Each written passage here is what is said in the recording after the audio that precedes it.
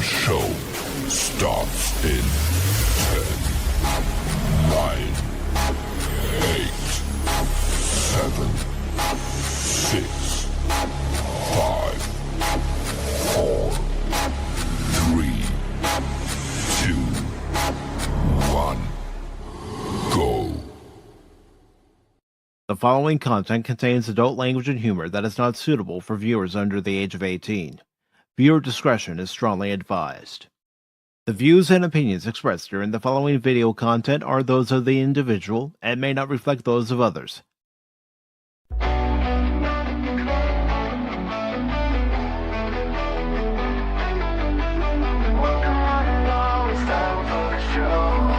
Pacific414 Pop Talk is here.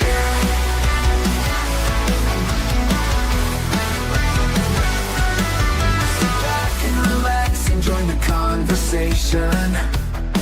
We got Darren, Norman, Tex, Cashmoney007, and even Mike too. Pop culture, entertainment, news and reviews. Discussions are had, opinions made from the panel to the chat. Everyone is welcome here. Reactions, watch parties, and special guests. We like to have a good time. Pacific414 Pop Talk is underway. Pull up a seat, we're inviting to stay. Articles, collectibles, reviews, you say. Darren, Cash, and Mike bring the fun tonight.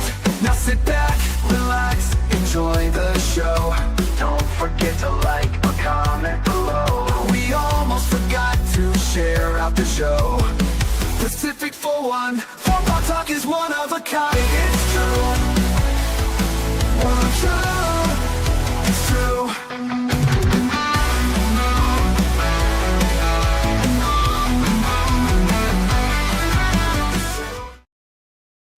Good morning, good afternoon, good evening, and welcome one and all to the Sunday edition of Pacific414 Pop Talk, along with Cashmoney007. I am your host, Mike, and tonight we are going to discuss the continuing downfall of modern entertainment.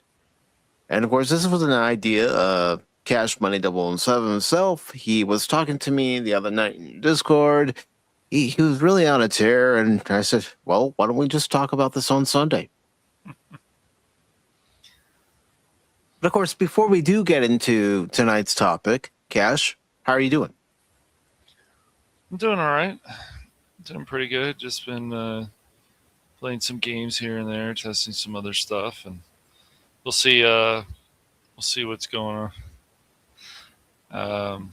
So yeah. Well, yeah, just been watching some stuff, watching some old shows, just, trying to keep myself sane. Sane in an insane world. That's and right. I'm not joking when I say that. Mm-hmm. Because this world has gone completely insane with everything that's going on right now. Mm-hmm. Yes. But anything else going on in your life? No, not too much. Just need to catch up on a bunch of reading and stuff, do some more research on things. We'll see how it goes. No. All right. And of course, before we get started with today's topic, I do want to say hello to Bor. Good to see you. And of course, we are live streaming on Pacific414 on YouTube, Pacific414 on Rumble, and Phantom Hooligans. Yeah. And of course, I want to say hello to Helion, who says hello, keepers. And Bor mentions that they announced a new season of Dragon Ball Super, if anyone cares. No one cares, Vord. No, I'm kidding. I'm sure people do. And then he says, ew, it's Cash. I know. I think he's another smart ass, just like the rest of us. Yeah. And about me saying that you and I were talking in Discord, and I said, okay, let's just talk about this on Sunday's show. He says, sounds about right. Yeah. And we have Alex Story, who says, can you shout me out? Hello, Alex Story. Shouting you out.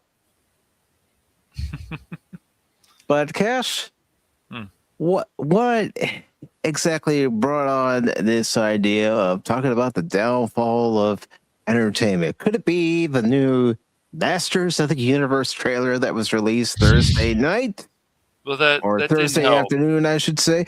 Could it be Starfleet Academy? Could it That's be just that you another- have these shows on both network and streaming services that are only on for one season before they're canceled? Could it be that you saw a movie that you didn't like?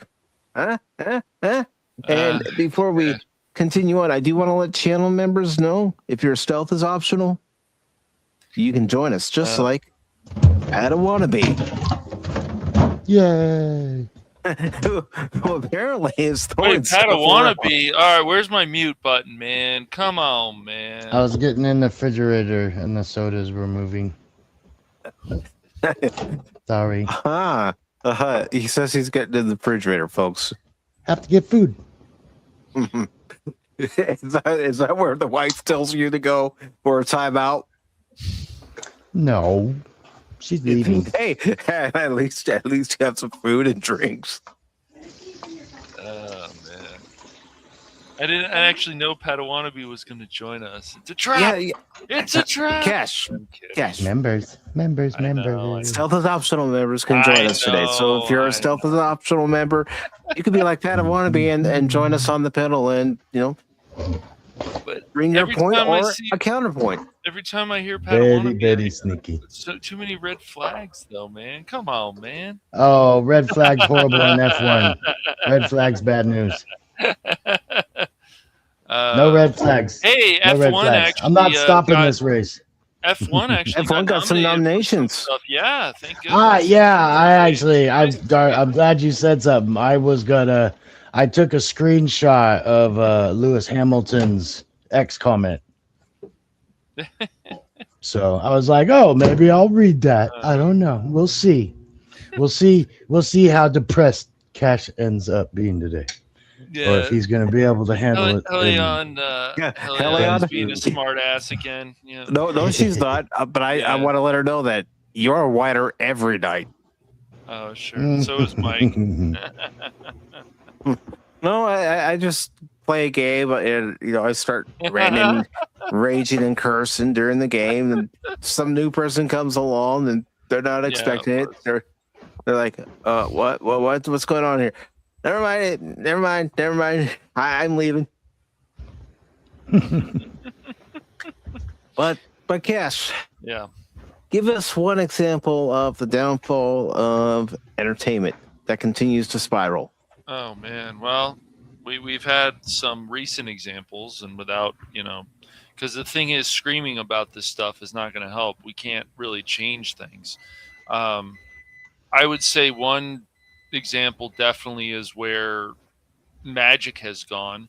Not so much that they wanted to do these crossovers, but just race swapping. That's just ridiculous, and just starting to taint something that was actually great. So you had that example, and then you have somebody like Sophie Turner, who said recently that Laura Croft was never a sex symbol. It's like, no, that's just Oh, really? Let me just bring up a random. I'm seriously going to do this. I'm going to bring up a random image of Laura Croft. It's not her fault. She's just drawn that way. See, Padawannabe understands. Yes, Warhammer also took somewhat of a dump too with the whole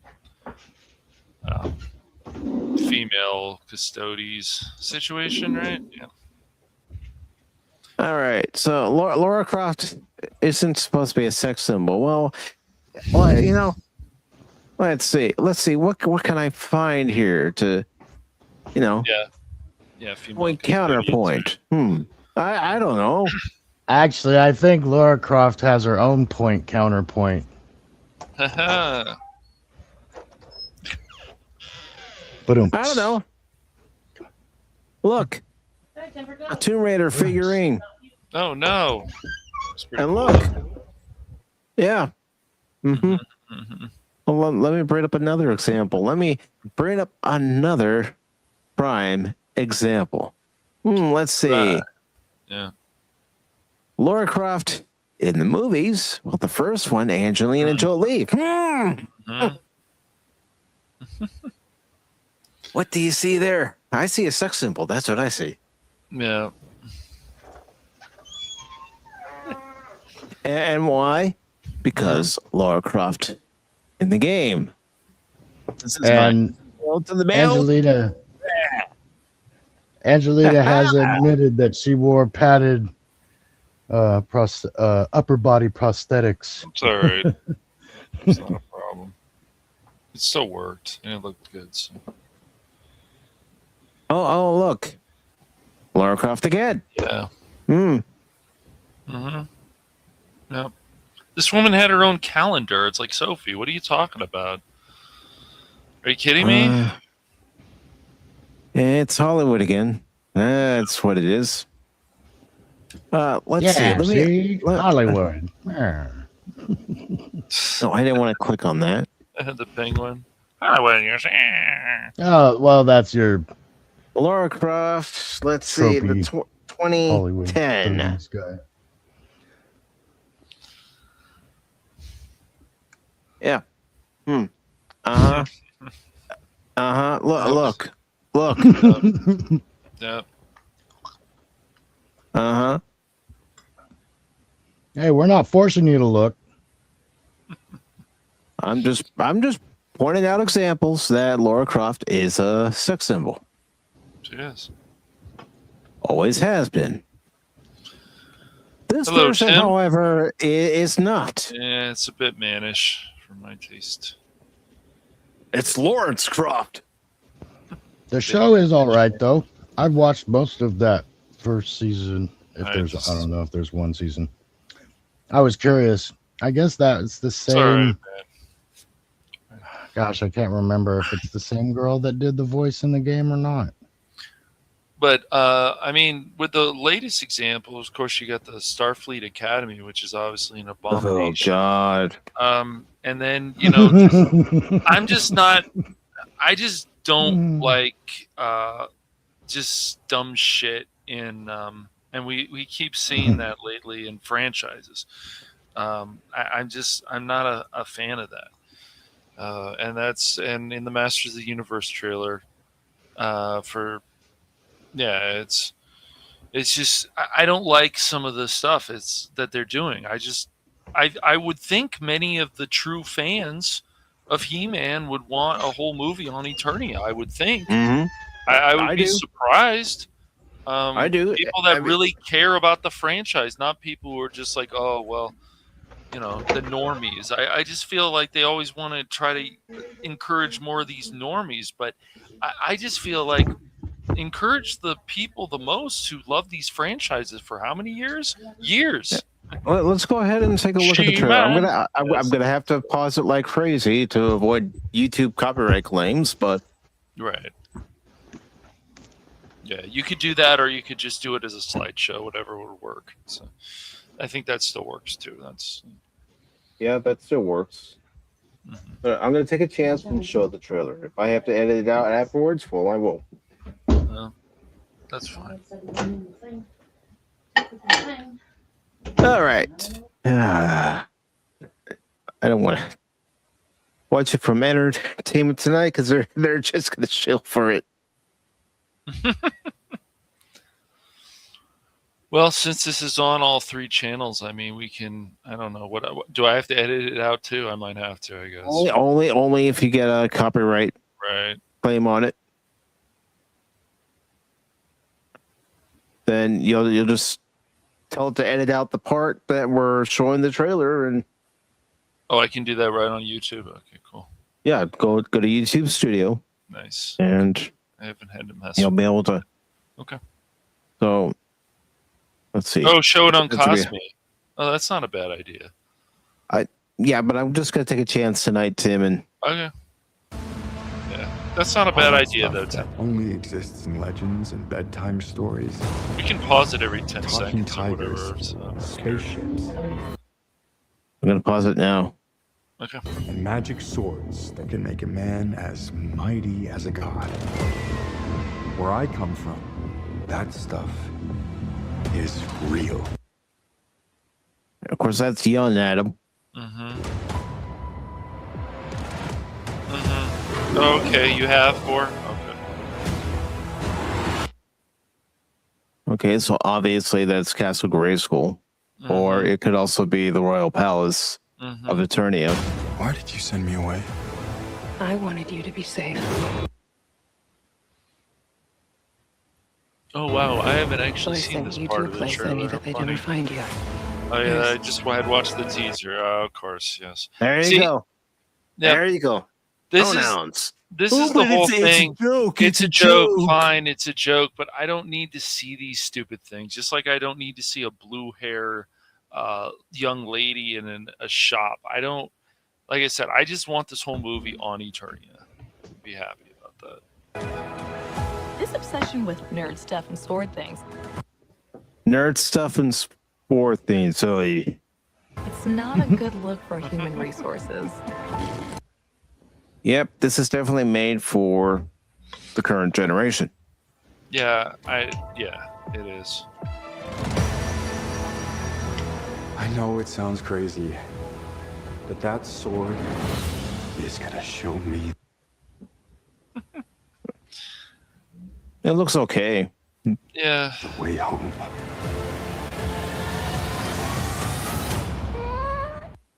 And there's where you get the thumbnail, folks.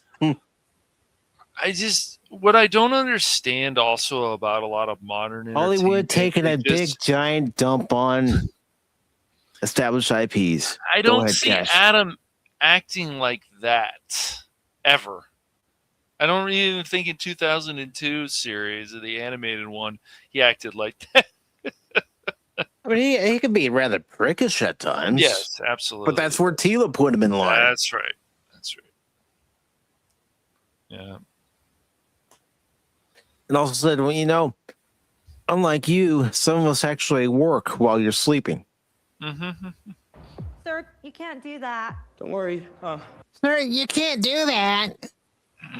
And she has had blue hair too. I'm just Of course. pointing it out. And then other people say, "What? There aren't people in real life who have blue hair." That's not the point. Well, you know, you want to know something? Those people with blue hair, pink hair, red hair, purple hair, whatever color hair they have, they usually have to use dye of some kind. That's right.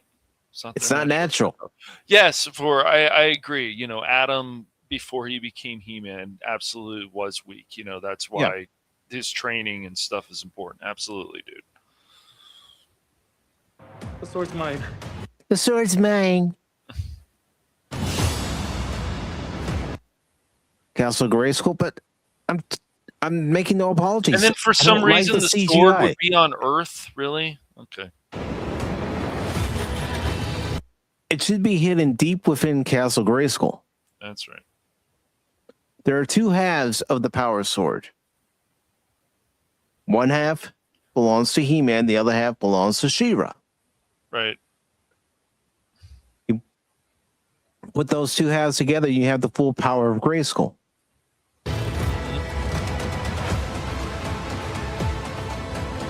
Hang on.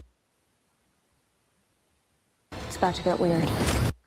Oh, it's about to get weird, Cash. It's about to get weird. Weird. Where have we heard that before? And well, could they act like they're not even trying to act? At least show some G forces.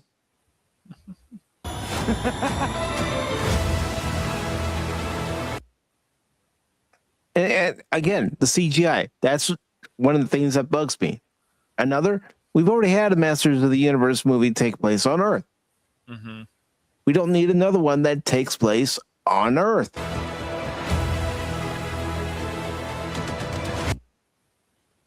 And what? Is Cringer just going to stand there and not speak, or is he actually going to speak in this? Yeah, I don't know. Question. One of us. Idris Elba's Man-at-Arms. Yeah, Idris Elba. I Yeah. mean, doesn't look bad.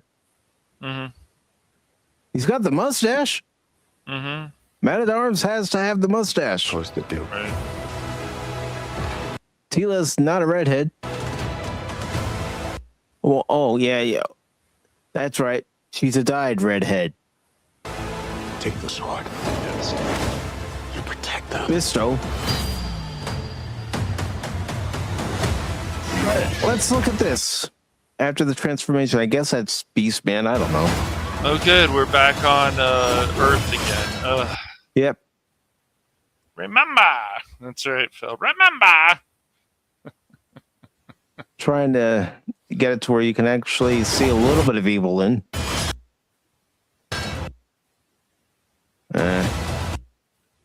Try that again. Well, there you go. A little bit of evil in. Mm-hmm. Yep.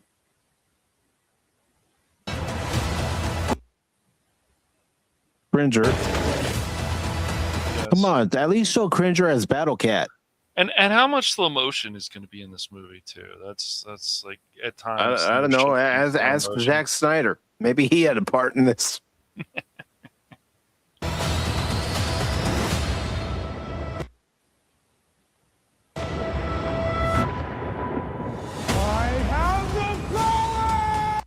Oh, come on. I'm supposed to believe he's becoming a He-Man by going, I have the power. That's as bad as me becoming He-Man. And look, he doesn't look that much different from Adam to He-Man. Oh, yeah, I can hear somebody right now say, well, in the Filmation cartoon, he didn't look any different. Filmation was a low-budget animation company. Of course, they reused animation models over and over again. They used the same animation model for Adam and He-Man. He did look bigger though. Adam, and I will definitely compare that later. But yeah, well, I'm sure he did. Yeah. Or we can just find pictures of it.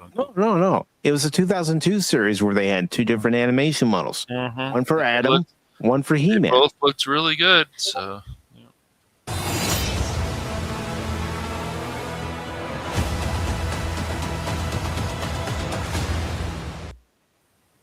Snake Mountain.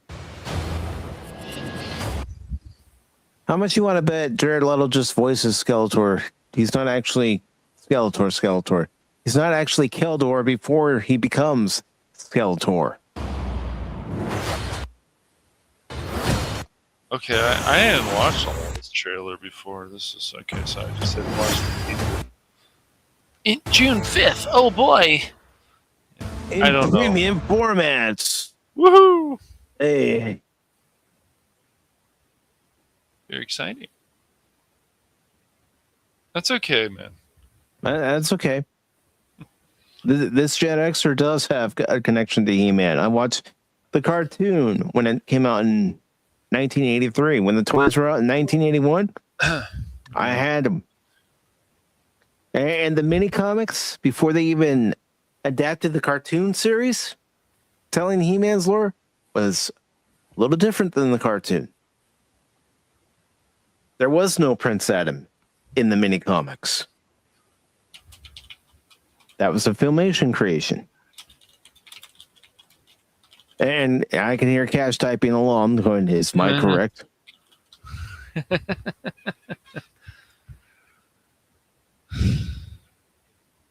No, this whole movie isn't a good sign, Jet. Yeah. I just I'm also looking at the 2002 He-Man pictures. Lester, I see you over on the YouTube side, but for some reason StreamYard isn't showing you in the chat. But if you want to come on the panel and join us in tonight's discussion, there is a link in the post section for all Stealth is Optional channel members.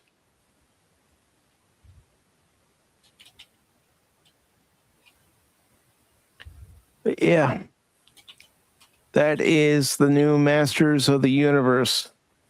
Why couldn't they just call it He-Man? Oh, that's right. He's him and the Masters of the Universe. Pronoun man. Yeah. Well, like I said, I understand. I just when people are like, "It's a joke, guys. It's a joke. Don't you understand? It's a joke." Yes, we get it. But once again, why is this stupid stuff in He-Man that shouldn't be there? Why is this in the Masters of the Universe that doesn't need to be there? So why?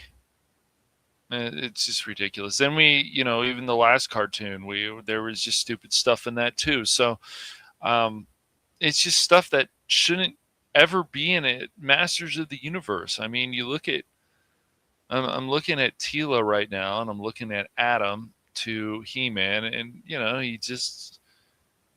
Okay, so is this Adam? Yeah, so Adam.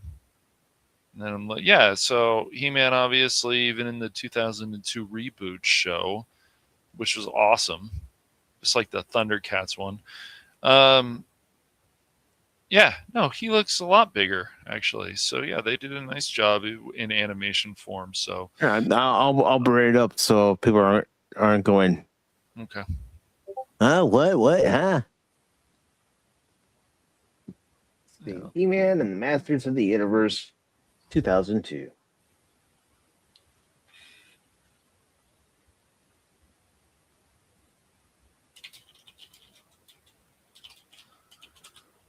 Which you can actually watch on YouTube.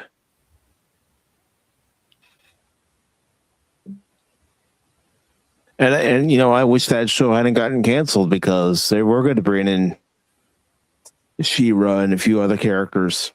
Of course. These shows, just like the Thundercats one, it didn't go on that long. But no, man, entertainment's been taking hits. Art has been taking hits, I believe. Is just everything's become less. The Thundercats go, the Titans go. I mean, the storylines can still be there, but I just can't sit there and watch a lot of that animation. I just don't like it. And I'm curious to see if a lot of the fans do. Yeah, look at how great that looks still. Yeah. 2002, man. Yeah, they do. Mm-hmm. Yeah, they do. I absolutely agree. Yeah. This is a group shot. You got Ram Man, you got Tila, you got Man at Arms, Orko, He-Man. And Castle Grayskull. You have Zor and why am I forgetting his name? Why am I forgetting his name? All right, man. I'm losing my cred, man. I'm losing my cred. It's okay. Orko?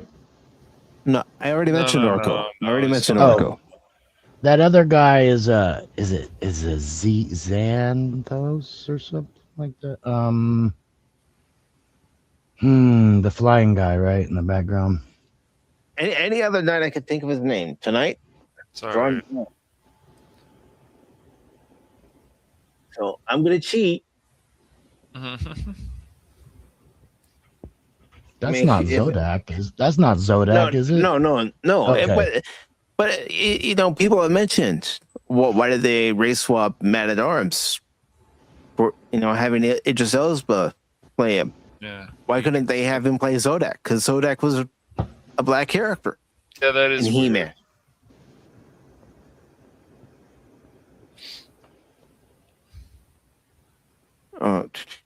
Hold on. I'm trying to find it. As soon as I find it, I'll bring it up on screen. I can't believe I can't remember his name either. I'm getting old, folks. Getting old. Yeah. I had so many figures. Stratos. Okay. God. It's all right. Yeah. Thanks for. You just haven't thought about it in a while. It's okay. No, I haven't. See, I mean, look, I don't agree with this. Like, even this He-Man and Masters of the Universe series, they on IMDb rating, so the user rating, it was 7.5 out of 10. I'd say this is easily an 8, maybe 8.5. I can't. The show was really good. I'm trying to find a good picture of Adam from the 2002 series. All right. And no, I don't want the Kevin Smith one. No, Yeah. that's no. Give me what I want. Give me what I want. No, I don't want to. I don't want Kevin Smith. Adam, I want what I want. No. All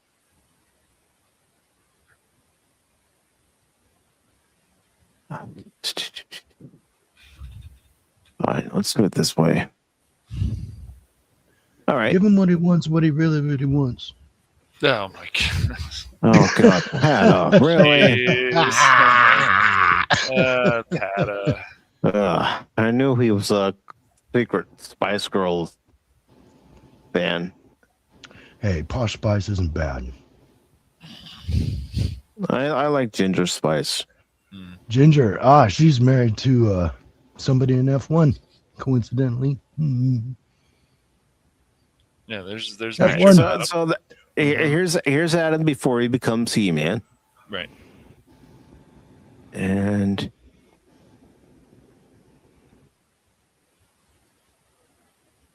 now let's give you a better look at He-Man from the 2002 series. All right, this will work just fine.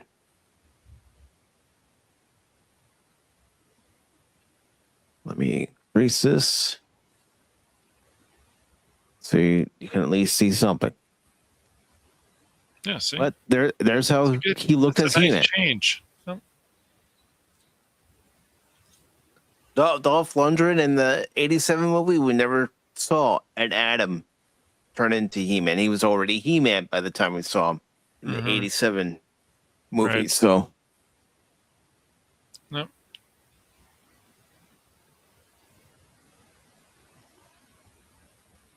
but yeah. I mean, obviously, you can see the trailer. The people who are working on this, they know some stuff about He-Man, but how much? Well, and- how much did Mattel say to them, keep with the lore? Then Mattel just said, yeah, we got to put this in, that in, and all this other messaging bullshit. Mm-hmm. I get it. They're there's gonna jokes. be I messaging in there. understand. They're all supposed to be jokes, but my feeling is still the same. I just find it to be dumb shit. That's it just doesn't belong in a He-Man movie. And since we have a chance to finally do one that can be on Eternia, look, yes, is it possible that like what Crit and other people were telling me? Yes. Is it possible this movie could be popular? Sure. But it's also possible it won't be. Well, It's also I mean, possible it could be a failure. it's possible, and I know someone's going to say, well, you can't really use this time of year to judge the box office. Well, it doesn't seem no matter what time of year anymore. The box office, it's in shambles. But with the way the box office is right now, and I know January is a slow time, so is February. But look at these numbers for this weekend. Mm-hmm. That's pitiful. We looked at numbers during this past summer. Very few movies even reached 700, 800 million.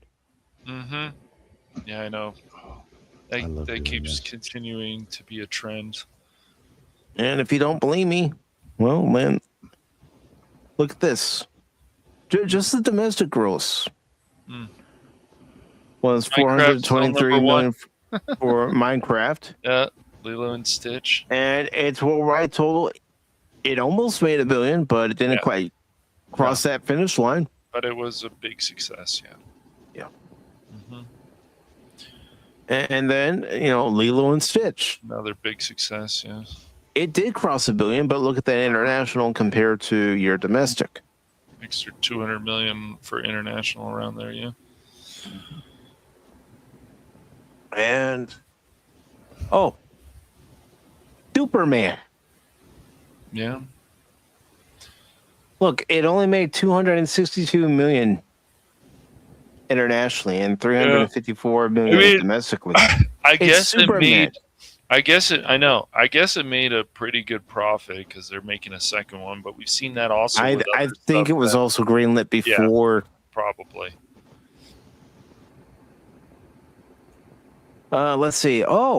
Patty, your favorite movie, Jurassic World Rebirth. Yay! Yeah, I can't. Yay! Dinosaurs. I can't really speak for the Jurassic World stuff if I feel like that's part of entertainment falling apart, because those movies are still doing pretty well. I know a lot of people didn't like some of the what went on, but I had fallen out of Go ahead with and talk about Jurassic World. Rebirth. Yeah, go Adam. ahead. It really they just edit it. A little more editing makes a situation more believable. And that was the thing. It was like, oh, we're believing only what we see on the screen. So stuff that isn't on the screen, the people in the movie can't see either. That's kind of how it seemed to me. Mhm. It's like, remember that thing that was just attacking you? It's still there. You just, I guess, don't see it anymore. That was part of the plot. It was, I mean, that was the biggest thing for me. And it was so noticeable that, like I said, even my wife, this is a much more casual thing. And she was even like, I'm like, so they didn't see those? And she's like, right? You know, these are things that she doesn't bring to light. And even she was noticing. And she watches the movies, the Jurassic Park movies. She enjoys them. You know, I mean, we watch them. She doesn't, like I said, she's a very casual fan of cinema. You know, so but the first ones are better. We like those characters much better. You know, I mean, Jeff Goldblum, it's kind of steals a lot of stuff, dude. You know. Oh, I no, mean, he does. He does, man. He definitely, yes. And I know they brought him back in the not Rebirth, but the one before this. Yeah, for Dominion, screen right? time only. That one, yeah, it was screen time only. He really didn't. It was a little disappointing. It's I was like, this is the guy, dude. This is the guy. Listen to the guy. I mean, this movie, especially because of the international budget or the international box office sales, did better because it's around like 500 million. But this has been considered a success, so they're going to make another one. Because the international audience is glamoring toward it or glomming onto it. It's not because of the domestic audience, it's because of the international. Because I actually really enjoyed the scene that they showed in the trailers where they're being attacked in the boat. I enjoyed that scene. But that at the end of that scene, like they're on the beach, and I'm like, they're still in the water. They can come up on land, and they're just like, okay, that part's done. You know, and they're just kind of like moving on. I'm like, they're right there. Yeah, it's just like the thing is, like, Wicked overall has been a success. The musical was a success for people, but this movie did make less money than the first part. And from what I was hearing, I'll bring up Wicked just to show what that made compared to this. Both parts, I would say this has definitely been considered a success for Wicked. Yeah, I just the thing is, you can see the first one did better here.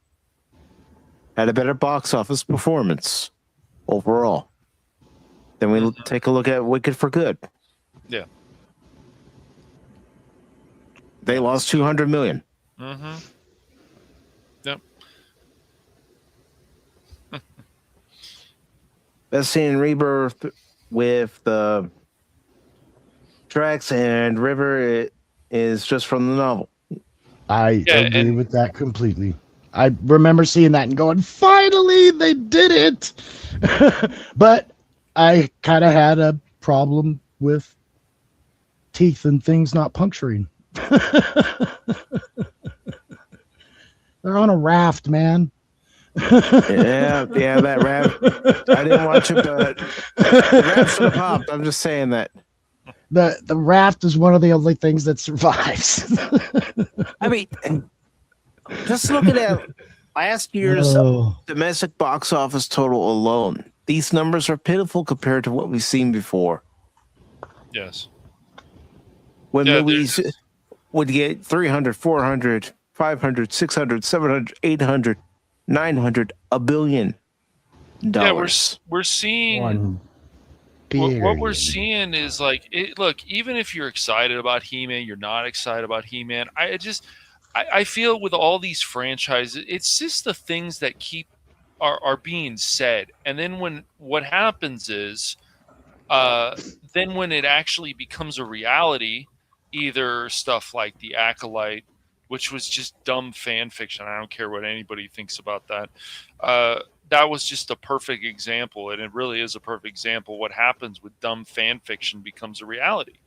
And so we just keep seeing the decline of this. I mean, why wouldn't people turn away from Doctor Who, turn away from Trek, turn away from a lot of these franchises? I mean, everything. I think even stuff like Final Fantasy, in a lot of ways, it goes up and down.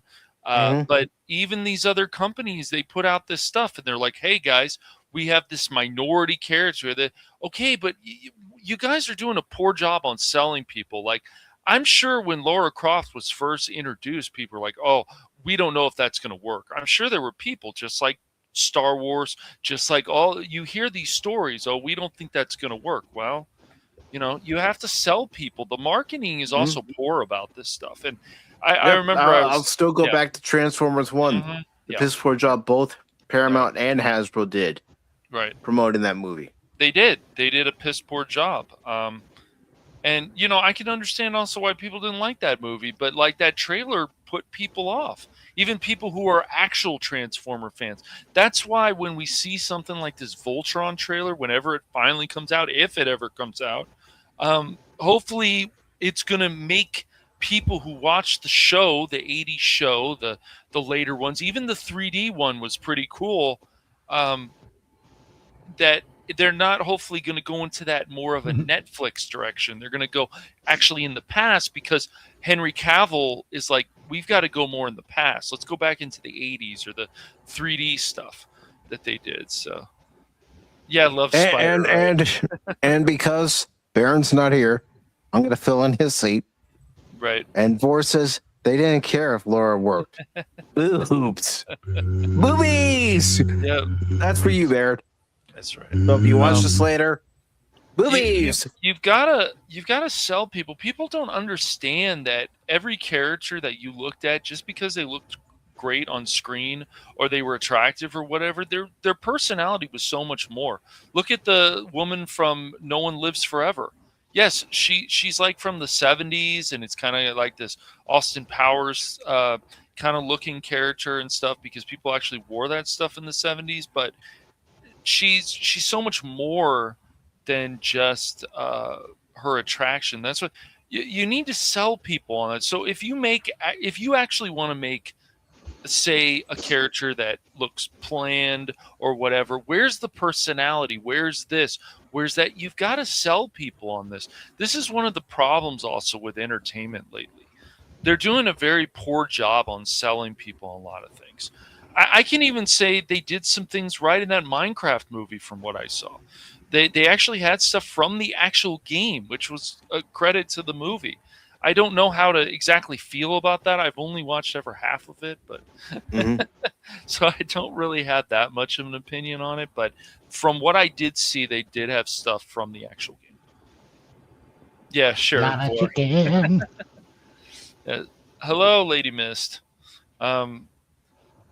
But yeah, right. A Minecraft movie apologist, but no. I'm just saying that the when they actually have stuff from the actual property, that's good, but it's just like you got to sell people on these characters, and so it can't happen. And I don't know, like we're seeing some entertainment, but even like some of these Japanese anime, some of them, it can suffer too, especially with people taking over.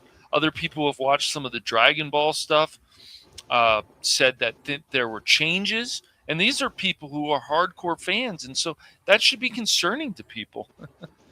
Right, I know, Crit. But I just I don't know. We keep seeing the trend of what's going on. I mean, I don't like some of the evolution of stuff that's happened with Teenage Mutant Ninja Turtles. I don't like some of the evolution, obviously, that's happened with Doctor Who. I don't like if you're like, I'm going to put in a female doctor. Okay, but she still needs to feel like Doctor Who. She needs to make the final decisions. She can't be like, oh, I want my minions to do it. You know, I want my my secretary or whatever to do it. You know, you can't have that. Doctor Who needs to make the final decision. These are things you should never change. The Doctor, Cash. Yeah.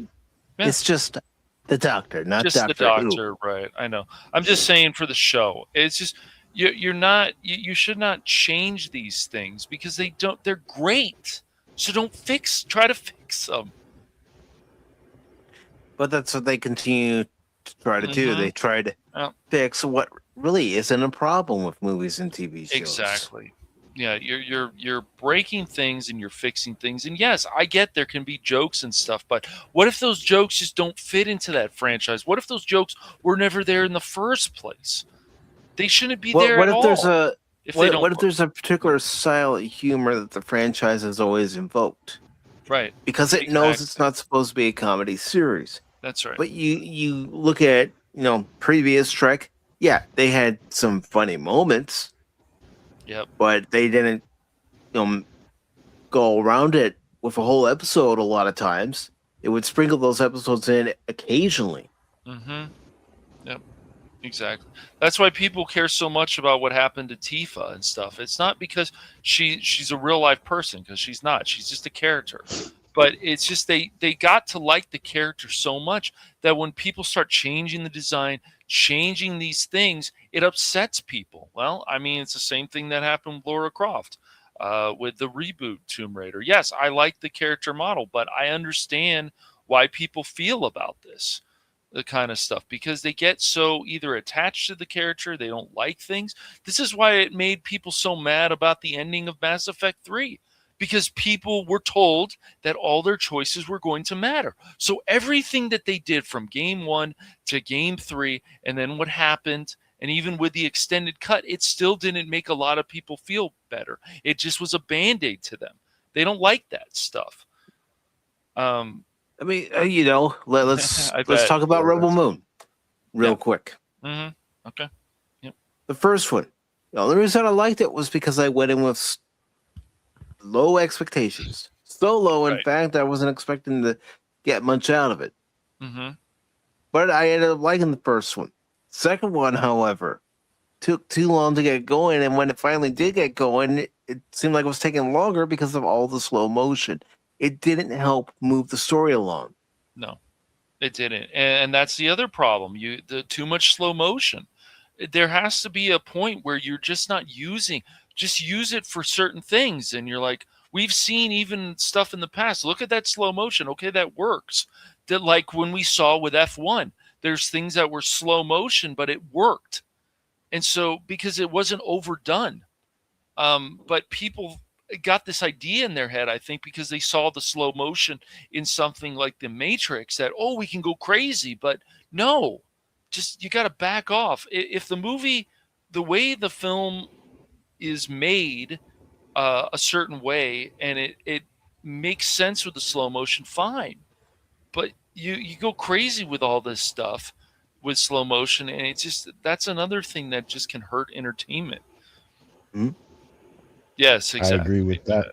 The slow motion-y thing, especially in sports, like in F1, as long as it's not too much, because F1, we can't relate to it, but sports, we can relate to. And a lot of us do kind of understand when athletes talk about that time slows down for them.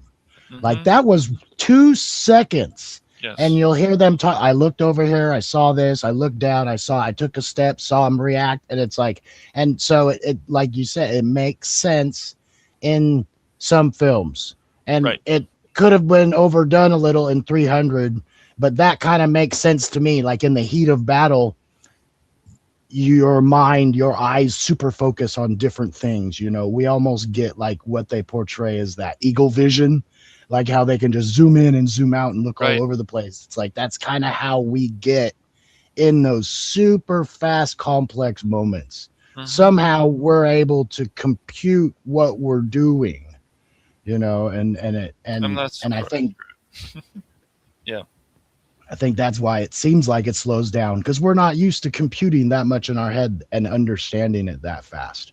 Mhm. And Right. it's like, oh, and it seems like you're thinking in whole sentences too, which is really Right. in the Yeah, it's just stuff like F1, and I'm glad to see that it's actually getting awards because the Oscars can do things right.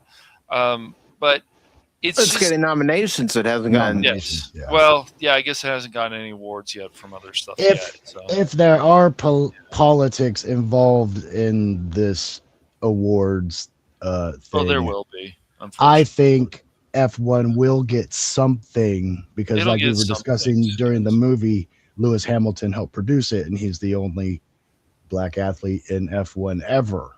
So Yeah. there's definitely like a Right. political angle that would benefit some people. Yeah, some people, right? That's fair.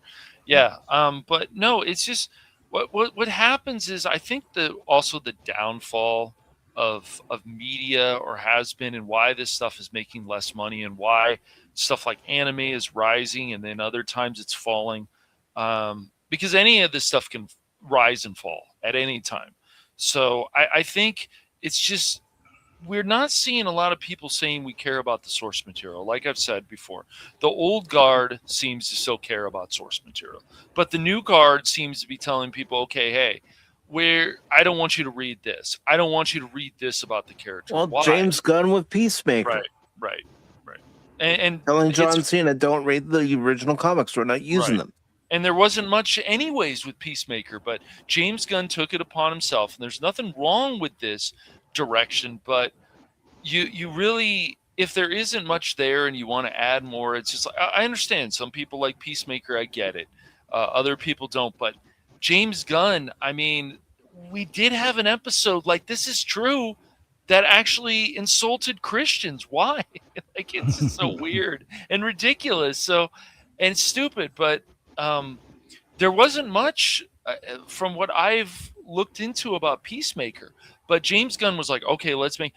I don't know how other people felt about this, but when I first saw Peacemaker on the screen, I was not sold on him. Like, okay, he's making these stupid dick jokes and stuff. I'm not feeling this character. No. I just wasn't. Other people may. For me, for the Suicide Squad, Right, I had to turn my right. brain off in order to enjoy it. Yeah. I don't like doing that. Yeah. I just, and then it's just like the conversations I have had even with Vor before about like Dave Filoni, who's now become Dave Baloney, or maybe he has been for a while. Some of us didn't notice it, but it's just changing of these characters, making them less is like hurting entertainment too. Making them more has always been the better direction. Making them less never has been. So all this stuff can be fixed, but if there's all this source material of something, I don't care what it is, I would use a lot of it. You don't have to obviously want to use all of it, but you should use a lot of it. But there are certain franchises, Cash, that I don't believe can be fixed. Star Wars being one of them. And my main reason for saying that Star Wars can't be fixed is because of who owns them. Disney. Right. I know. And that's the problem. And when these things become canon, what do you do? It's the same with stuff like the Doctor Who. The assistants. I remember I was saying the secretary, the assistants. We'll go with that. When you see Jodie Whittaker, and you see her, if you ever watch any of those episodes, you're like, why is she, as the Doctor, not making the final decisions like every other Doctor has? And you ask yourself, why? Why is this going on? She's delegating. Yeah, she's delegating, right? She's right, but the Doctor is always the one who makes the final decisions about everything. He's a fucking Time Lord. It doesn't matter if he's a man, woman, whatever. It's just, I didn't understand that at all. Other people say, oh, it's fine. How is that fine? Well, and even if it is fine, that's the problem. It's only fine. Yeah. Why isn't it good or great anymore? Another good Silent Hill movie. I agree. Yep. Fine is fine. Fine is a Yep. D plus, man. Right. I mean, It's just they want to. That's why like Resident Evil turned me off. Like the first one was pretty good, and this is going way back. So this is going what 2000s, early 2000s. You're saying the films there, the films. Yeah, okay. the film was pretty good. The first one, they had something, the T virus, different things. Okay, cool. Then the second one, they were like, they started changing things. It's like, oh, in this situation in Raccoon City, we can't have Claire Redfield. What? Why? She's supposed to be here at this. And so I get it. They put in went the into this other more girl, action yeah, stuff. the Right. other- But they didn't. Where was Wesker in all this? I mean, I think he might have been in the later ones, but maybe not. I'd have He to is check there that. all the time. Okay. He's just not who they were dealing with. Oh, okay. Because they're Right. not really aware fully of him at that time. Okay. You've watched They all think the it's these other Resident- people. Okay. I have Yeah. watched them all. You've watched them all. Okay. I watch those like I watch the Underworld movies. You know, Yeah. they're decent. I like them. They're fun. You know, it's a very fun film to watch for me. And then the last ones, it's just like, wow, what Right. happened? Come on, Pat. You know as well as I do that the only reason we watch Kate Beckinsale in the Underworld movies is because of Kate Beckinsale. That's it. Well, I'll give a lot Right. of props to that Right. leather Right. jumpsuit she was wearing. I'll Um, give a lot of credit to that jumpsuit. But yeah, I mean, it's just what we see. It's a source material. It's also these actors who say this, and some of these directors and these writers, and the things that they say, and they're like, instead they don't take the Henry Cavill approach. Okay, I understand why fans are feeling this way because they're so passionate about this character. They like the franchise a lot or whatever. But instead, excuse me, the writers, the directors, a number of them, the actors, they go out and they insult the fans who have loved this stuff for years and years. Who do you think built this for you guys? Who do you think buys the merchandise for you guys? Mhm. Like, that's not smart marketing right, at all. That's the thing. Yes.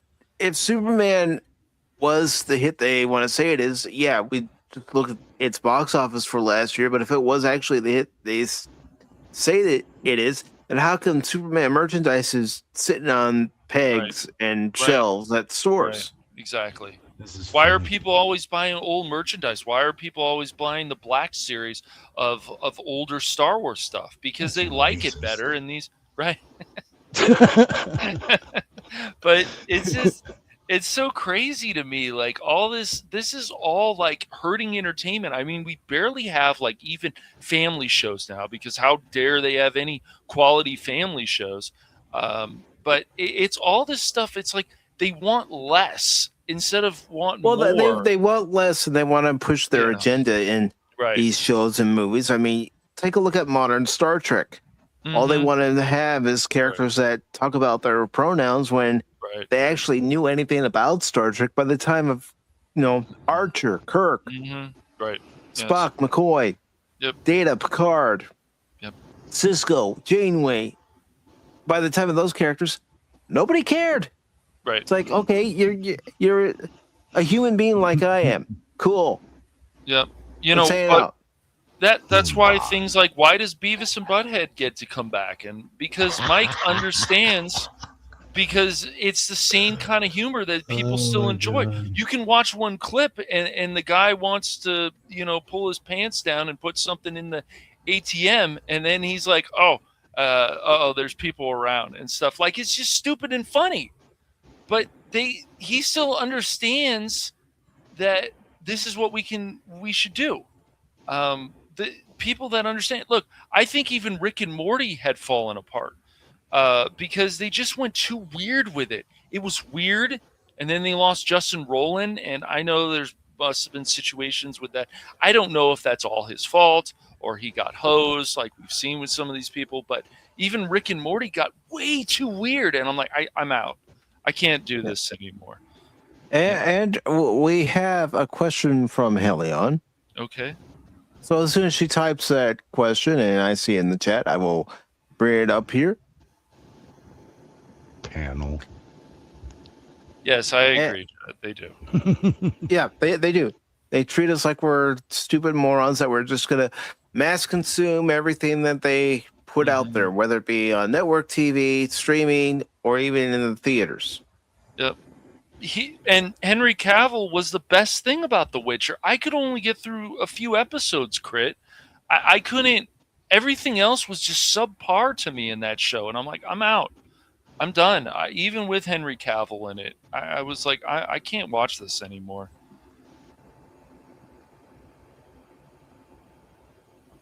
All right, so this is Helian's question. Okay. Do you feel that since you are all Gen X, is the reason for your woke conflict with Hollywood? I don't think it's just because we're Gen X, Helion. I think there's people younger than us who don't like this. Yeah, we've seen good entertainment before we got into, let's say, 2014, 15, and 16 is when it really started to show up with this woke agenda. And even some things that aren't even woke, it can be bad too because it's just poor. It's not a good script, or it's not this. It doesn't. The agenda doesn't help, and the agenda, if it doesn't fit into the franchise and they're just trying to drill something in there, it's ridiculous. And you can always see that they want to do this. We need to race swap this. Well, what if we race swap this other way? No, we can't do that. That's racist. Okay, that it doesn't work like that. And, to continue with Helion's question, yes, do I happen to prefer things that I grew up with? Well, of course, that's what I grew up with. Right, exactly. I'm not going to say otherwise. I can't say we weren't spoiled because you could just tell that a lot of people really cared about putting out something that could last for generations. Why do people watch some of these old films? Why does film classes show stuff like Citizen Kane? Because however you feel about it, it's still a classic to a lot of people. It's a story. It's the whole thing. It's just it's really, really interesting. And there's other people who don't like it. They find it boring. That's fine.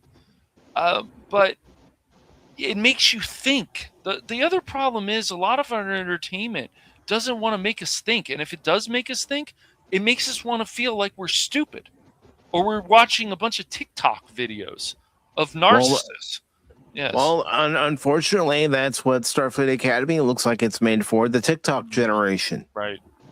And, they could say, well, we're making a Star Trek for young adults. You don't need to have a Star Trek specifically for young adults. I will keep saying this until the day I die. Right. I was 7 years old when I got into the original series of Star Trek. Yes. Let me say that again. I was 7 years old. Yeah. I wasn't a teenager. I wasn't an adult. Yeah. I was a 7-year-old kid who was still into cartoons, still into playing with toys. Yep. I got into a show like Star Trek. That age. Yep. Yeah, but my, because back then, your family probably usually would turn on TNG at the time or something else, and you were a young kid probably, and you would just watch it, and that's why a lot of this stuff your parents watching. So, oh, what's this? That's why a lot of people got excited about Indiana Jones. And look, you can just ignore the last movie and even the fourth one. It has the story is all over the place, but they're still fun. 3 Indiana Jones movies. The fourth one, the Crystal Skull. 4 lights. The Crystal Skull is still fun. It's not a great plot. I'm just not a fan really of the alien stuff, but it's still a fun movie to an extent. But the last movie is just it's just a mess, and you can blame Disney for that. You can blame you can blame Kathleen Kennedy for that probably too. But it's just a lot of this stuff from the studios and even Paramount. You can't trust Paramount, Skydance, the merger, when they continue to release stuff like Starfleet Academy. And if you like that, great. Let's put this out too, because I've mentioned it before, but Starfleet Academy was made by the previous regime, the previous ownership. Mm-hmm. It was still going to go ahead regardless. Okay, well then.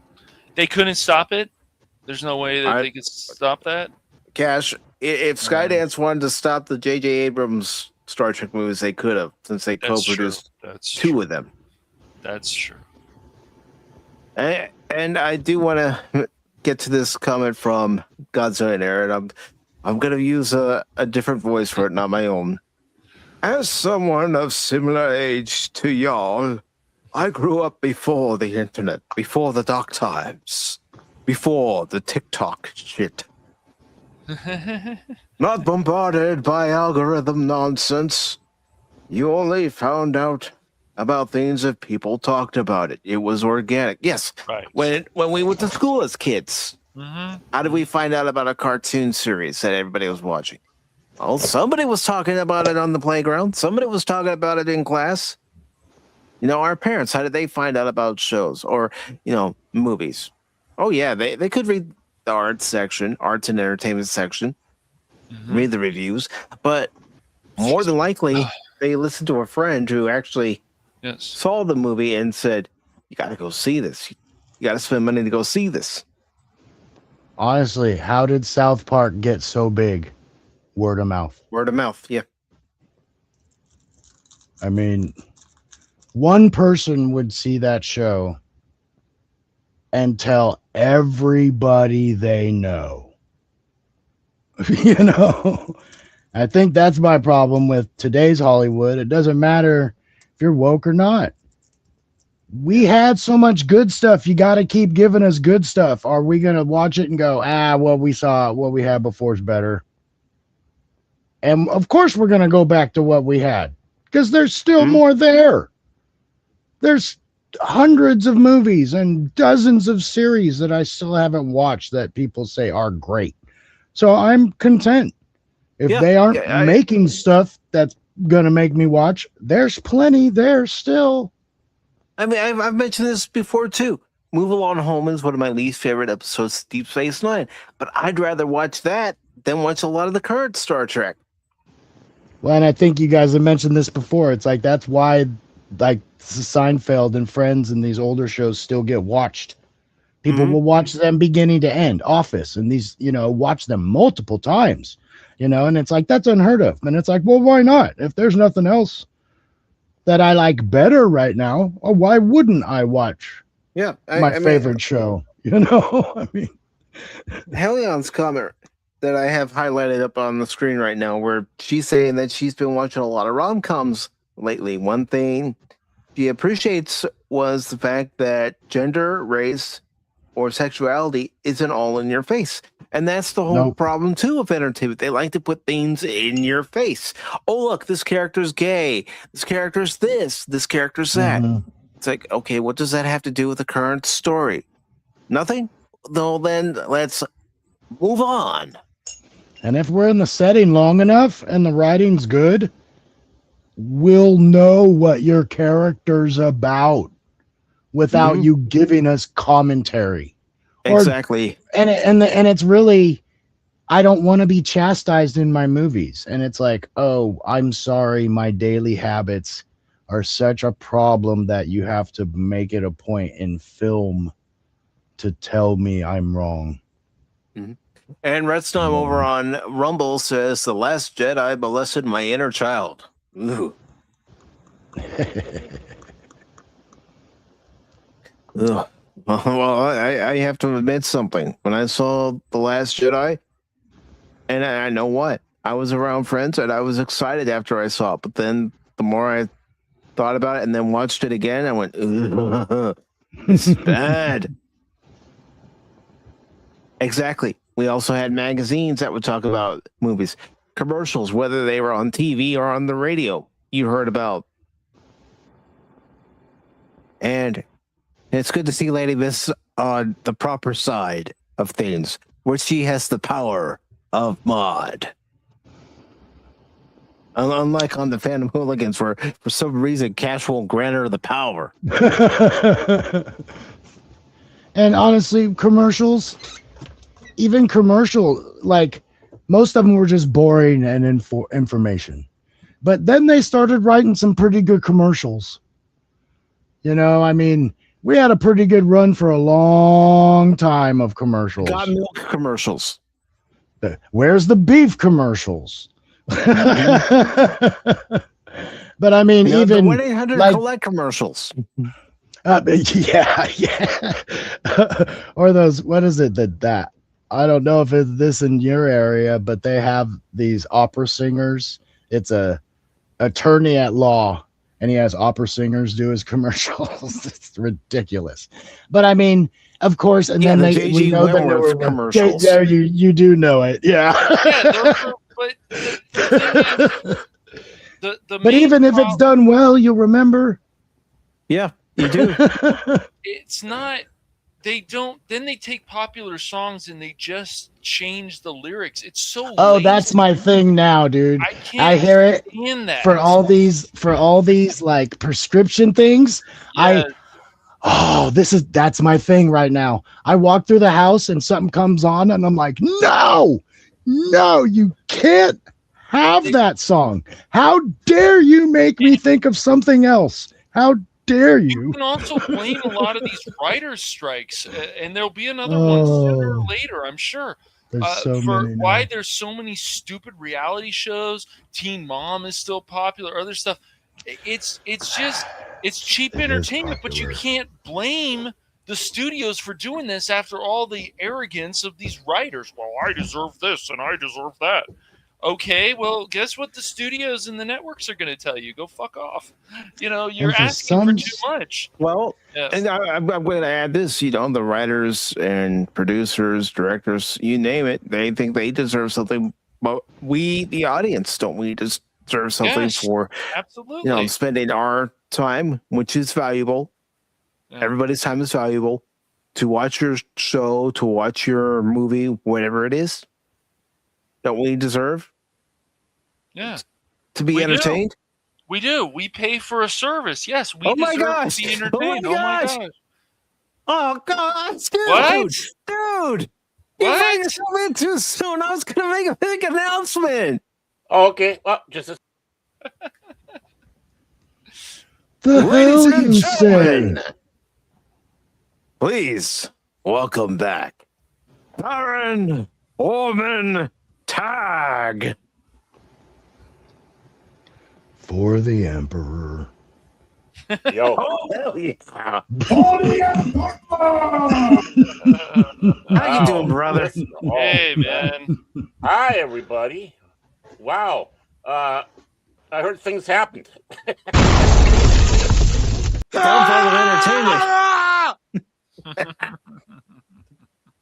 It's good to have you back, brother.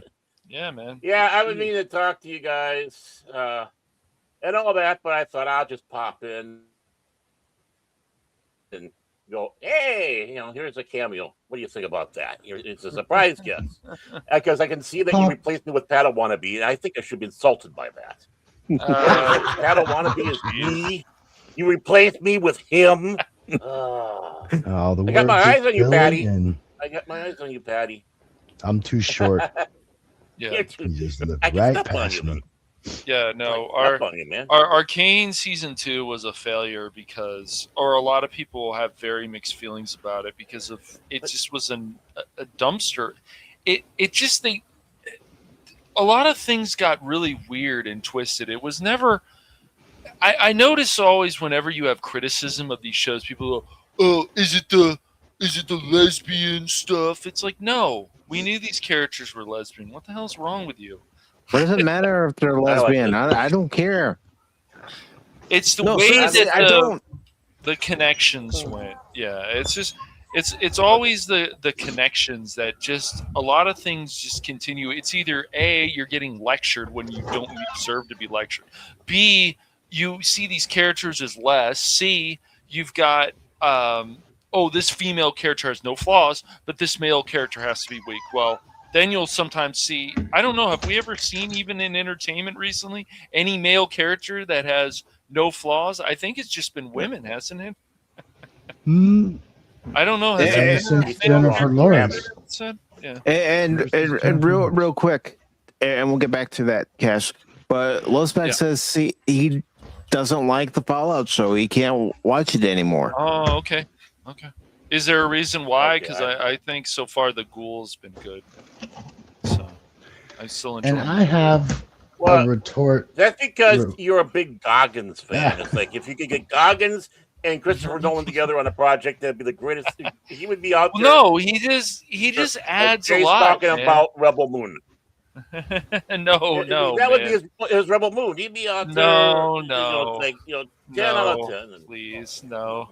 Well, even some of the stuff that Jace has watched, like the Devil May Cry show, some of this other stuff, Baron, we've never watched it. I don't think you have. You ever played Devil May Cry or seen Devil May Cry, Baron? No. Okay, I'll have to show it to you. Well, before we get it going on here and all that, and I saw you, Low Spec, the guy who's been one of your biggest supporters, Low Spec here, and you say Pat is better than me. I am wow, come on, dude. I What tell is you, going on? I come walking in, and this is what I did. Oh, come on. I gave you the big welcome back. Oh, man. Yeah, one guy did it again. Then, All right, then put him in Phil- the corner. Then Phil's over there. He's poking the bear with the towel crap again, and it's like, come on, the weebs of 40K. And by the way, hi, Lady Mist. Hi, everybody. Sorry, I've been gone. A lot of shit has happened. I'm going to sit back and say on the air. I'll talk to these guys later afterwards. But, That's a big pile of shit. I just want to sit back and say half of 2025 last year, with all the shit that happened, happened in the first 2 weeks of this month. Wow. We're not even out of January, and I feel like in July. You're trying to get all that out of the way early. Good for you. I don't think in this case it's I know. good for you. I know. Adam. I'm stepping on that's it. I'm stepping on a little goblin. Watch out! I'm gonna get you. I'm gonna step on you. Got him! I got him. Help! I'm being oppressed. But seriously, Baron, I know you'll tell us backstage, but seriously, I think I have an idea what you're going through right now because I had to go through it 5 years ago, and so Mike, I really wish to God you were right. No. Oh. It's even far beyond that. Oh no. Oh. Yeah. Okay. But I sat back and said half of 2025 has happened in the first 2 weeks. Just imagine all the shit I went through last year. Well, I have a yes or no question. Is the long suffering okay? We will talk about that. But yes. Okay. Okay, but she's okay. All right, good. Yeah, I put some chloroform across her mouth, and she's having a nice nap right now. So yeah, she's doing fine. Wow. Wow. I don't even know how to respond to that. It's called tough love, guys. Oh man, tough love. No, like I said, it was just a situation. Oh, of course. Of your 5 years ago. Yeah. It'd be better. But I mean, not that I'm saying that situation is, but I mean, oh god, it's been a wild ride. Where's Mr. Toad? I want to shoot him. Where's Mr. Toad's wild ride? Is it Toad? I can't. I see a lot of things happen. By the way, what are we bitching about now? Just want to ask that. We're just talking about the general downfall and spiral of entertainment. Oh yeah, I mean, I haven't been complete. Well, yes and no. I understand, Baron. All right, but I've been seeing some of the shit show that has been going on. By the way, I heard rumors, guys. I have a source who's got a source whose cousin's got a source, awesome. And they say Kathleen Kennedy's is walking on this. Actually, Baron, that is true. That is actually true. She stepped down as head of Lucasfilm. Yeah, we had a nice stream about that a few weeks ago. Yeah, I wish I would have been there for that. Well, we even said we wish you were there.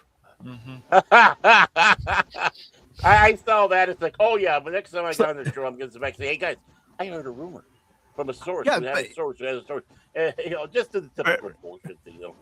Yeah, but real quick to follow up on why Low Spec didn't like Fallout, why he can't watch.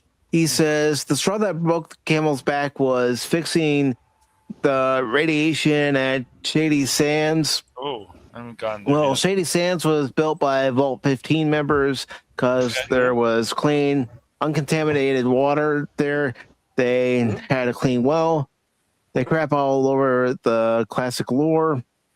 And they obviously hate Fallout New Vegas.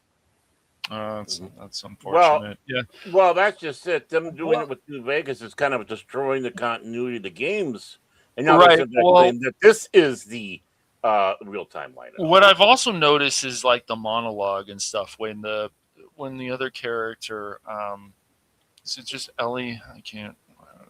I don't know. Quiet, Godzillionaire. Shush. Quiet. Don't make me get Harvey on you. Can you say Harvey? Here. I don't. Push the button. I'll take care of him. When there's this rain Doompack, when there's a scene, when there's a that's scene, a piss poor Harvey. What I've already noticed in the first episode of season 2 of Fallout, I know Phil has noticed it also, is that there's certain scenes where less should be more. And I know this was a scene that people talked about, but when she's in the mouth of that dragon looking thing, the other character, not the ghoul, and she's supposed to shoot these bad guys or whatever. I mean, a lot of people are not exactly good in this show, but for obvious reasons, but she has to have a monologue. And I'm like, I think they could cut that monologue out. And when he says shoot, the ghoul says shoot, instead. Yeah, I know. The old Tuchel from The Good, the Bad, and the Ugly. It's like if you're going to talk. If you're going to shoot, shoot. Right. And Boy, so we'll put a quarter in Phil. By the way, I just want to know that. You don't need a quarter in Phil, dude. He goes. Well, he's been so. Well, maybe he picked up while I was gone. Going, oh great. He's like going, great. That fucking Baron's gone. Now I can be more active. Now he's going, oh fuck, he's back. But I noticed he's a lot more chat. But Phil and I both agreed. We were like, Phil, did you like this scene? He's like, yeah. I'm like, yeah, I feel the same way, man. I think they didn't need to have the character talk in this scene. But what's saving the ghoul, it feels like Walton Goggins. There's people out there. It's not just him. There's people out there that seems to always want to give 110%. And it seems like it's the same thing with Coulson, Baron. If in season 1 of Agents of S.H.I.E.L.D., it was Coulson that was keeping this show together. Without Coulson, it would have started falling apart. And then when the Hydra situation came in, everything went crazy in a good way. And so it's the Coulson character is the same thing with the Walton Goggins, that he's the one who's keeping this show together more than I think every other character. There's some interesting stuff going on, but it's too much. Like, it doesn't matter if it was a male character. We've noticed this is another problem with entertainment. We want less can always be more. So can we see just a scene where you guys understand that less is more, instead of they have to talk or they have to say things for like 2 minutes where they don't. So these are problems, and I can see that becoming an issue in this second season of Fallout. So already. By the way, he wants his Fallout. By the way, Cash. So he's been screaming about it for. If he gets upset about it, I said no, Phil. You can Fallout another day. So, have you gotten your Goggins goggles yet? I see those. No, I haven't. Being that you're a big fan of it, I'm sure it's a big thing. I've liked a lot of things that he's done recently. Vice Principals. I just have, just like Danny McBride. It's just these people that are putting 110% into this. But I also find it funny that even in this season of Fallout, we're going to have it looks like the transgender character is back with the Brotherhood, and I think I'm just going to lose my mind. So because Phil and I have talked about this, and this is another thing. If it's a Brotherhood, I hate to break it to people, there would never be a transgender character in the Brotherhood ever. ever. Well, just like the sisterhood, there would never be a man. No. Well, the thing is, it comes down to this. It's not the fact that you have that name Brotherhood, because you could probably, you have something with a Brotherhood and have women in it. But the thing is you got to go down the underlying philosophy of the organization. Exactly. They are what would say somewhat not masochistic, but I was going to say misogynistic. Sure. They're they're bent on that the men are only going to be these knights and whatnot. And all of a sudden, now you're going to have someone coming in there who's pretending to be a guy. And I'm sorry, I'm going to be mean. I don't care. And they wouldn't go for that. No. That character would work better as either a wastelander, right? Maybe somebody in New Vegas that tags along. It's a vault dweller. It's not the fact that you have a trans character, right? But you got to know what to do. The lore would not fit with that. The philosophy would not fit, and so that's just the way it is. It just wouldn't fit. Exactly. And right. And Low Spec over on Rumble says about the Fallout series, they got the look right. Right. And what he doesn't like about the series is little details. Gojira is not facing Novak. He's facing away from town. The snipers are up there to protect the town. The show is just a big ad for communism. Well, I mean, isn't there has always been like an anti-capitalism because of the whole apocalypse and stuff? So as the series went along, I mean, in the very beginning, but they still have currency. They have bottle caps, so and sarsaparilla ones, which is even more valuable. But the thing is you didn't really have that when it was under the original developers and owners. It's when it got bought out, went over, and we know exactly how they work at Bethesda. They're morons on borderline being a retard. The mods certainly make their games 1,000 times better, just like all this other stuff. Well, and that's just it. I mean, someone's gone out there and said they finally got something for, people are sitting across the board saying, now we have a reason to buy Starfield.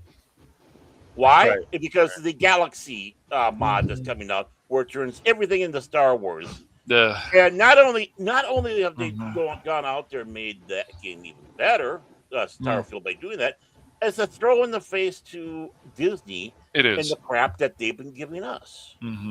So boom, boom, boom. I mean, and the thing is, it's like you said, the mod. Same thing with Fallout 4 when they had Fallout London. It's a good game, I think. Yeah.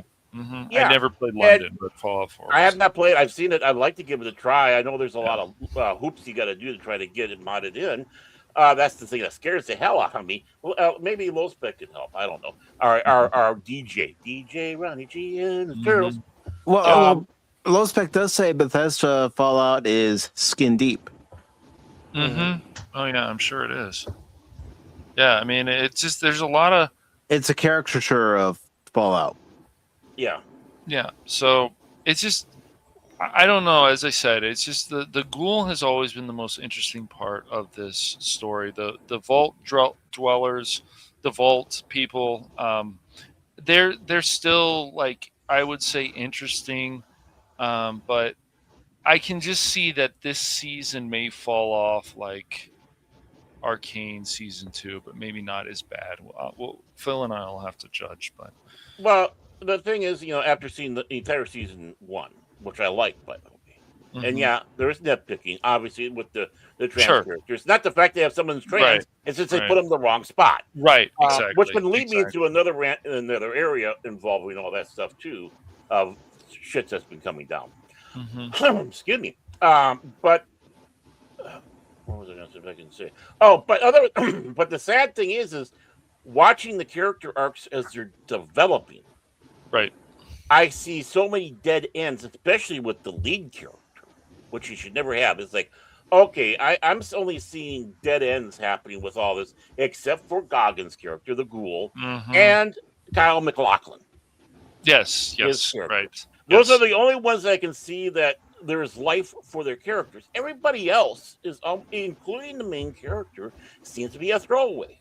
Yeah, And if I'll the be main character is Mhm. is like the player in the game, you don't do that. You treat it like Right. the player in the game.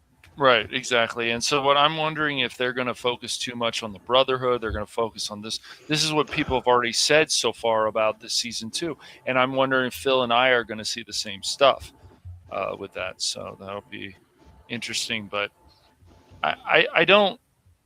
I think this Fallout show, I don't know. It's just we've seen this before. Season 1 is really good. This goes even way back to Buck Rogers. Then season 2, they change a bunch of things, and you go, oh, why did you do this? You didn't need to do this. Or they get a bigger budget, Baron. They have a bigger budget, and then they go crazy, like the whole Megan. That's another thing. You have this really good idea, and then you get a bigger budget, and you start going crazy, and then Megan becomes more of a hero. No, Megan's a villain. Well, at least that's how it was presented. Right. I mean, look what they did with Catwoman, right? She was a villain. Yes. She skirted the line of being a good person. Yes. Good guy because she had an infatuation. Right, of course. With Bruce Wayne. Right. Batman. But now she's this great, almost anti-hero running around, being the underage lover and she's saying things she's saying stuff that why would Catwoman ever say these things? That's the whole thing. Anne Hathaway never said these things. Obviously Michelle Pfeiffer never said these things. They Even felt Halle a Berry. certain way. Yeah, Halle Berry never said these things either. She knew her movie was a turd, but the thing is that she was gracious about it. And she was. And of course, wait a moment. We never had a black person doing that stuff. Oh wait, Never. yes we did. Right. Wait, Eartha Kitt? Well, you just ruined my next punchline. It took Halle Berry to cross the color barrier for Catwoman. Oh, wait a moment. Well, I mean, we finally have had now 2 black Gordons, but it's like if they still feel like Gordon, it should be, Cash. Yeah, I know.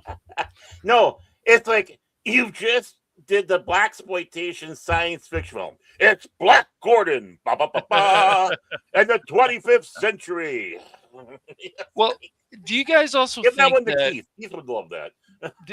Okay, I will. I'll tell him that next time I talk to him.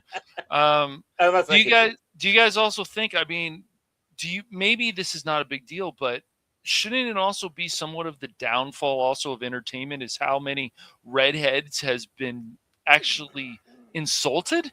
Well, how many characters have been essentially erased because they cast someone else when all they have to do, just like with He-Man, is look through the source material and say, hey, we have this character, we have that character, this character. Well, yeah. This is the whole thing with Falcon. It's like I keep seeing. Well, sometimes I see the picture of I'm like, that's fine. You guys like Captain America, Falcon, but don't you guys also understand? Falcon as himself was a better character. He was just better. He didn't need to have the shield. He didn't need to go on some crazy agenda rant about stuff. That's not Captain America. He loves this country, and so. You already had him as Falcon, and then you give the shield. I still think that Falcon should have given the shield back to Bucky in the Marvel show, and it just would have made sense. I mean, that's what happened in the comics. Steve Rogers gave the shield to Bucky in the comics. So Falcon should have said, this is too much responsibility. I'm sure other people say, oh, I can't believe it. And I'm just better as this person. And then maybe I can help Bucky more. But they don't think about these things. Because this character has to be more important than this character. Yet Falcon, if you guys watch the MCU films, the older ones, Falcon was a pretty important character. And Steve Rogers, and Falcon, they were friends and they had a good connection. So when he gave that shield in Endgame, it was like, okay, but now he should give it back to Bucky and be like, we can do more together if I give you back the shield. But they don't think about these things, as I said. So I don't really understand this stuff. Falcon was pretty cool just as Falcon. But I don't want to say even I have a hard time getting in, but just to let you know, this is no longer Pop Talk. Welcome to Cranky Old Fans. Oh, it's still Pop Talk, Barry. It's still You too. Pop Kaite. It's still Pop Talk, man. But I know. it's funny. Baron's like, I'm back. I'm back better than ever. Someone has to carry you guys. Right, but listen, wow. listen Here we to go. him. Here we Listen go. to me. Woo! Yeah. It's Why do I put because in my of me. I carry the show. Yeah, that's right. Yeah. Yeah. Let's talk about that too. I know you know the information. Starfleet Academy, the episode 1 was available to watch on YouTube. I only made it through 15 minutes of it before I turned it off. Good. And even in that 15 minutes, it's like, I'd rather die in glorious battle than watch this. But yeah. Gary from Neurotic decided, you know what? My Spock action figure can get better concurrent viewership than your pitiful show.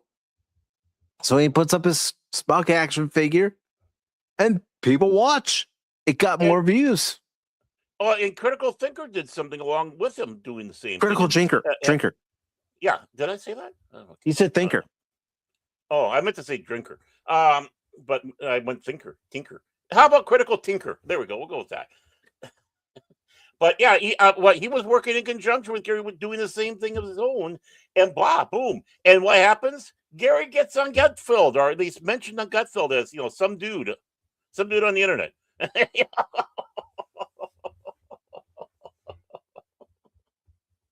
And it's good to see Foe over on the Rumble side. And he's going to be playing some Assassin's Creed, Rogue, and a Loop Masters game. Nice. Very nice. But yeah, I mean, Gary and Critical Drinker do that. Fans like me are told that we're bigots, we're racist, we're this, that, and the other. The same old song and dance that people go to when there are other people that don't like a series because they're watching and going, already, this doesn't feel like Star Trek. None of Kurtzman Trek has felt like Star Trek since the beginning. Mm-hmm. Mm-hmm. Yeah, the closest you can say is Picard season 3. That's the closest. Because, and that was Metalis, yeah. Mm-hmm. Yeah, Metalis, and it still wasn't good. No. I know Gary likes, I know Neurotic liked it. He does. He did. Critical Drinker, excuse me. Now I'm saying Thinker. Critical Drinker liked it. There's other people who liked it. I think in the case of that is they're like the other desert going across the desert. Thirsty's all sin. They bypassed a bunch of oases with scum, and this was the least scummy one they could drink out of. And it's like, yeah, this isn't so bad. As the camel takes a dump and peas in it, right where they are, and it's like, best ever, best oasis we came across. Well, it's just this is another turned into another show where it's like, let's just kill these characters. Isn't this edgy? It's like, well, you could have saved this character and you could have done this. What are we doing? Makes no sense. Could have, would have, should have, but it also doesn't help when you have actors who are part of this show. Robert Picardo, right? Oh, what a butts! Yeah, who has said Star Trek has always been woke. And what's your famous line, Baron? I got so many. The hell you say? I mean, I don't know. I'm trying when it comes to Star Trek. Oh, well, it's not woke. It's social awareness, not social justice. Exactly. See, I had to go through all my file facts of all the things I've said about Star Trek. Make me think. Stop it. Well, you're back on the show tonight. I'm putting you to work. I'm not going to ease you in. Fuck, I need it. You're reporting from duty on the bridge. I'm putting you to work. Yeah. So you got me on the bridge? That's the dumbest thing I've ever heard. What's this button for? I need you to go down to engineering and recalibrate the warp drive. That's right. Oh, okay. More than happy to. Let's see. We'll select the warp drive and probably this one.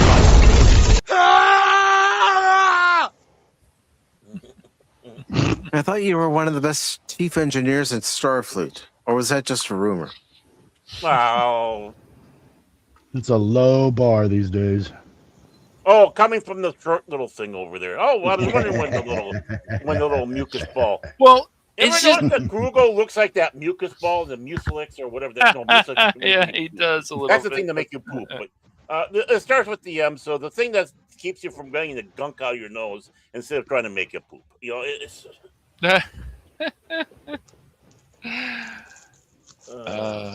But Well, you know, the thing is, I think the one thing we need to tell good old Bobby Picardo. Call bullshit. Yeah. Yeah, because, you know, like Uhura said, when she's talking to Abraham Lincoln in the original series, what words that were used back in the 20th century that are used now have lost their meaning. Yeah. Well, even then, it's words that let's make them offensive, even though we still use them. You know, you got the United Negro College Fund, right? Boom. Yeah. But you can't say that no more because that's change the name of your organization. How about the National Association of Colored People? I mean, again, there's nothing wrong. It's not a slight. It's not an insult. No, it's not. Those are the names of the organization. Yes. Right. NAACP, and I can't. You know, I'm not smart enough to get the letters together for the college fund. But the thing is no, we got to change it, and it's like okay, every 10 years we got to change our identity or we get called, and you know that's where you destroy your identity. Right. Well, that that was just absolutely fine. I mean, Abraham Lincoln surprised. You know, actually, you know, he wasn't Abraham; he was Excalibur or whatever. But portraying this man out of the 19th century, who is in the middle of was in the middle of a war. Part of it was to free black people, and boom, and the shock is seeing that she's on a position on board a starship and whatnot is amazing. And you know, it's like, oh, he's just pandering or whatever to her or whatever they're going to come up with their next lie. And it's like, no, it's shock and amazement of how far people have gone. Yes, it is. That's the important thing. It is because, like we say, if it's the Doctor, if it's Teenage Mutant Ninja Turtles, anything, they're insulting these characters in a way because they keep making them less, or they're saying things that they would never say, or they're making these characters do stuff they would never do. Not the way that they were built. It's like, oh, but all of a sudden they changed their mind. What, the character can't change their mind? It's like, it's just ridiculous. Yeah, Why? a character can change their mind, but Sure. there's got to be something Yes. important to it. That's right. Mm-hmm. There's got, it's an evolution. There's got to be something that leads up to it. Right. Yes. And whether it's Just a like good guy- just like with Cisco. Yeah. He didn't Yes. want to be the emissary. He hated being called the emissary. But then as the show went along, he started to understand and started to accept the fact that he was looked at as the emissary of the prophets. Mm-hmm. And Starfleet made sure it didn't go to his head. Right. And that's the important thing. It didn't go to his head. I mean, I would like to see more stuff like the Orville. I just recently finished the Orville. Spock and I was watching, and Phil was watching this morning. We were watching. I finished the first season, and I'm like, this show. Why really wasn't I made me invited? think. Well, why wasn't I invited? Why wasn't I there think you were invited? probably sleeping. Why wasn't Pat invited? Oh boy, I was hiding. I probably was sleeping, especially if you guys were watching it at 2:00 in the morning my time. Probably, yeah. But which is like what? 4 in the afternoon for Cash. no, dude, it was about. It was actually around 11 and stuff. We were watching stuff, but that is funny. But no, Yeah, so 11 p.m. on the West Coast right. would be 2. Yeah, 1 o'clock for me. Yeah. Right. Yep. Exactly. Yep. I drank myself to sleep and curled up in the fetal position in bed by that There time. you go. Right. Yeah.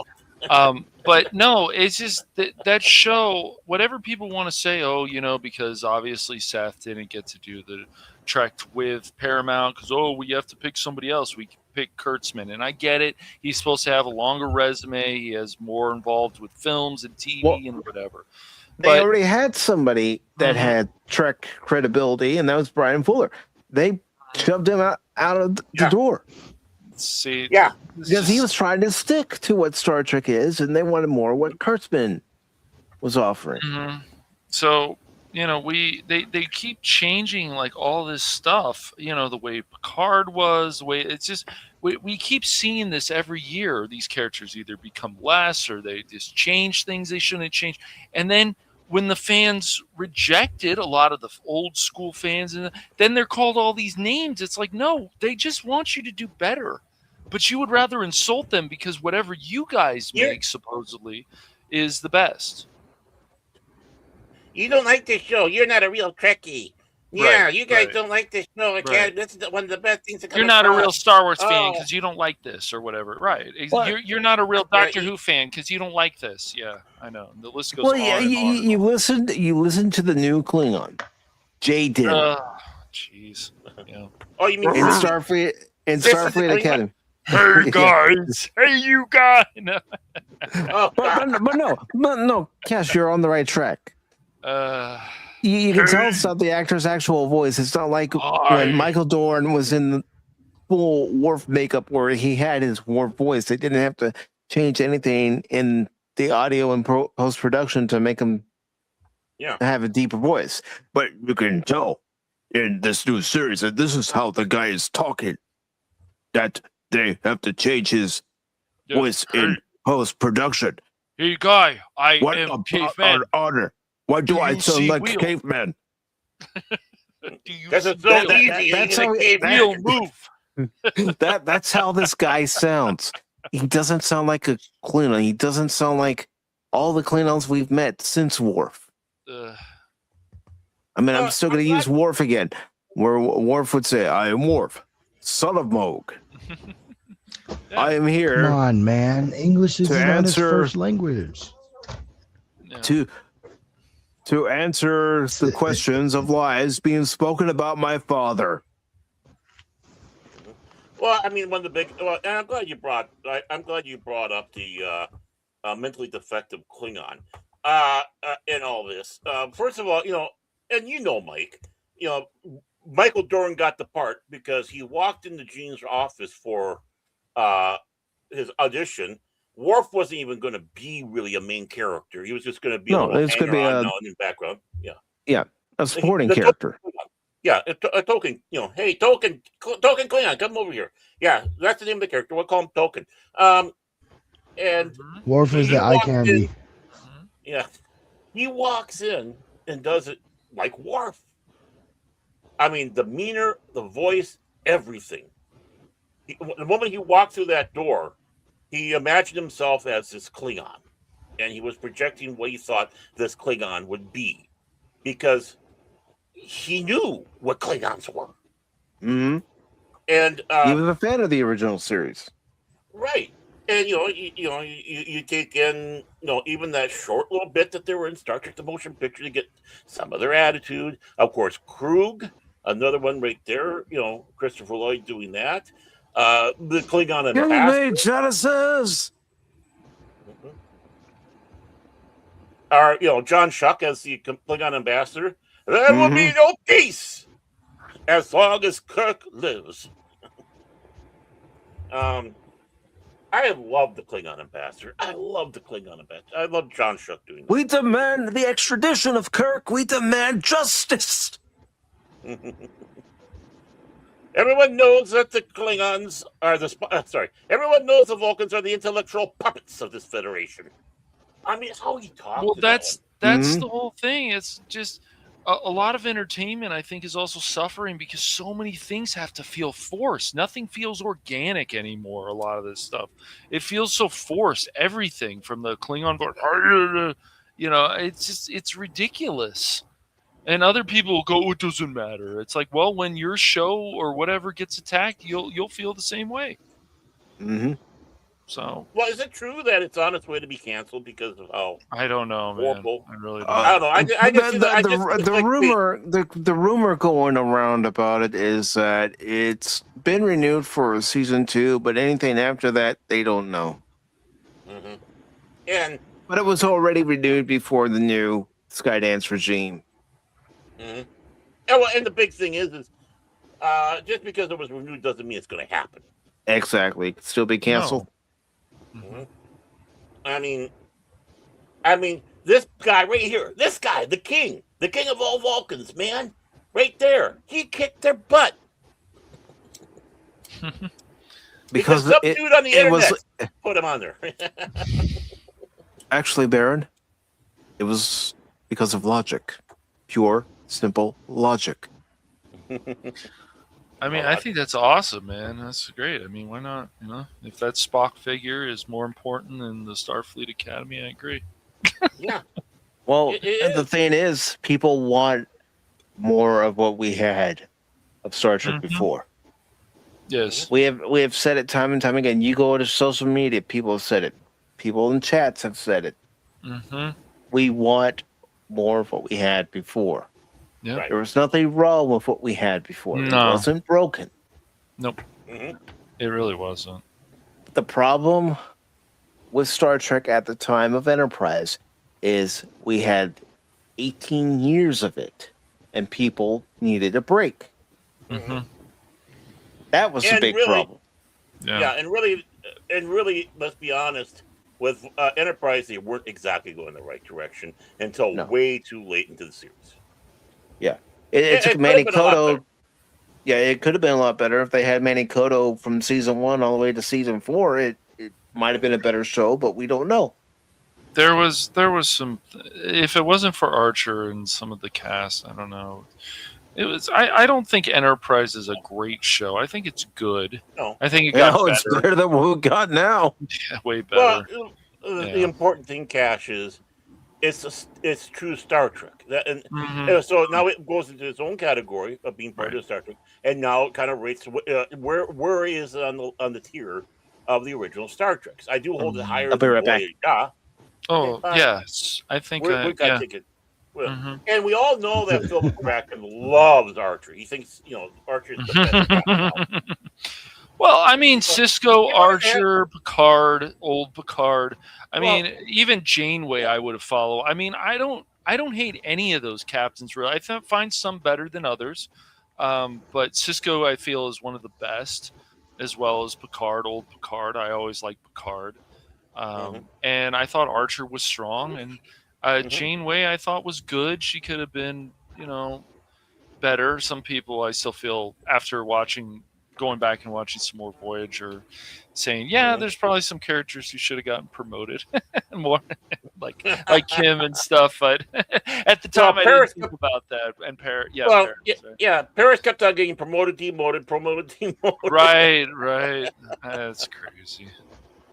Well, he always had an attitude about stuff too. So which was his character. I mean, basically, it was the character.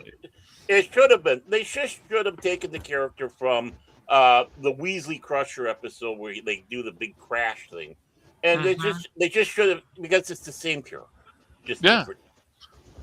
Yeah, I mean, even back then, they had a chance to do like a Klingon series, and that didn't happen. I mean, these things don't always happen. I get it. Things just don't always work out. People were clamoring for a Sulu series on the Excelsior. I didn't mind Sulu. I don't hate his character. I just George on the other hand. Well, I'm not talking about I'm not talking about the Lucifer Patriot. But the thing is there was a big push being that you had he's the captain of the Excelsior. We can still keep old Trek alive and have the adventures of Captain Sulu. Yeah, and that make could all work. the Japanese out there happy. It's like finally, he got show we want. Yeah, I mean, that reminds me of that episode of Family Guy. He's saying Sulu is the best out of everybody else. Everybody else is in the background base. It was funny, but that could work. Why couldn't it work? What kind of captain is Sulu? Is he a sit in the chair captain, or is he an away team captain? Probably more. I think he's balanced. Yeah, I think he'd be a balanced one. I think he would have been paired with someone who actually would have been a true Will Riker. Who, when they sat back and talk about the captains on the ship, the other guy goes down. If he had that young go-getter, Basically trying to do a little bit like next generation, but Sulu still, he'll go down, but he'll stay back. He'll be more, what would you say? He'd be a little bit more keen on that than Picard was. Picard didn't like that. He wanted to go. Why am I captain? Sulu would probably think about things more, sitting in the chair and so on the bridge. So, which is fine. He would be more analytical. Yes, that's how he always was before. We might have actually gotten more of a true Captain Pike with him, and I'm not talking about crap truck. I'm talking about Jeffrey Hunter, because in some ways that was what the character Pike was. Bed intense. The wheels were turning in the head. All that. It wouldn't be a mirror copy, but it'd be similar to, I think, what we would have had for Pike, and maybe what the character would have evolved to if Hunter would have stayed the captain. But the thing that shows that, he would be also hitting the ground is he was part of the assault team that went down on Kittimer to stop the assassins. No, Sulu still has that in him. He remembers almost freezing to death trying to shoot a phaser at a piece of rock to keep warm. Well, also, the reason why you have Sulu and the Excelsior go to Kittimer is because of his loyalty to Captain Kirk. Yeah. That's the band I served with for over 20 years. I'm not turning my back on him now. Right. Because, basically he was in some ways breaking orders to do what he was doing. But, hey, he helped out. He helped take out the bird of prey, and then he helped take up some of the conspirators. That's our Sulu. Yeah, that's why it's you ask these new people, it's like, what do you guys know about Trek? What have you watched? Did you sit down and actually watch the old show? Did you tell the actors to watch the old show? Did you have them watch old TNG? Did you have them watch Voyager? Any of this stuff? Did you have them? Like I mentioned last week, Kesh, the actress that's playing the new Jemadar in Starfleet Academy, she says in an interview, have you ever heard of evolution? And I'm thinking to myself, evolution takes thousands of years. Hey, man, life finds a way. Okay, fine. The Dingbat talks about evolution. Great. Okay, let's take a look at our friend the deer. Whether it's a mealy or a whitetail, it doesn't matter. Just our friend the deer, right? And their lifespan that they have. So they have gone through many generations since the car was invented. Many generations. You would figure that somewhere's in there, something by this time, because of the many generations they have gone through, that there would have been some sort of social evolution bell in there going, hey, light's bad, get the hell out of the way. No. But they still keep looking at the damn lights. True. Deer are too simple. Yeah, it's like a blonde in the 80s. Just simple creatures. And it was mentioned on Deep Space Nine that there are no female Jem'Hadar. The Jem'Hadar are bred to fight. They're warriors. Right. Yeah, they're too. Well, they're only denying once they outlive their purpose, they mean nothing to the Founders, nothing to the Dominion. So they're exterminated. They die. Right. Well, they have a short lifespan. If they live that long, that is, because they're bred for war, bred to die. And do they even have junk? No. Right. So if they don't have junk, they don't procreate. In some ways, they are a synthetic life form that was genetically designed to be out there. Yeah, because they were a synthetic life form created by the Founders. They were a dead life species before they were even born, because there is, no chance if it hits the wall and the Founders are all gone, if their addiction craving to Kitaso doesn't get them, well, the fact that they don't have any place to stick a weenie that they don't have. Well, remember, there was an episode in season 4 of Deep Space Nine where O'Brien and Bashir get captured by a rogue group of Jem'Hadar. One of them has been able to successfully wean himself off of the Ketchup White, but his men are having a hard time and they're low on supplies of Ketchup White. And long story short, what ends up happening in that episode is that those Jem'Hadar end up killing themselves. Yep. And the Jem'Hadar, the way they're bred, made, manufactured, however, Think of a replica. if without their leaders, could this, regardless if they, even if they can survive, could they survive? Could they build a lasting civilization? Not with the way they're engineered. It would be like maybe nomadic if they're lucky. Yeah. I mean, not it with seems like they everything. become pirates. I mean, not with everything that we know about the Jem'Hadar that was presented to us on Deep Space Nine. They serve the founders in all things. Right. So Obedience brings victory, and victory is life. So here we are in the year like 3000, right? That's where they pumped them up to with whatever BS that they did with all the crap that Crispin came up with. There'd be a high chance, honestly, that the Jem'Hadar would be a dead species by then. That the founders would have no use for them. Right. Maybe they discovered a new thing to take over because they are imperfect. And it's like, okay, the Jem'Hadar project is all over with. And we've seen it in other fiction, right? I mean, let's go right over to Warhammer 40K. Before we had the Space Marines, we had the Thunder Warriors. The Thunder Warriors who are much more powerful, much bigger, faster and all that than a Space Marine, but they were imperfect. They had rage issues, you might say.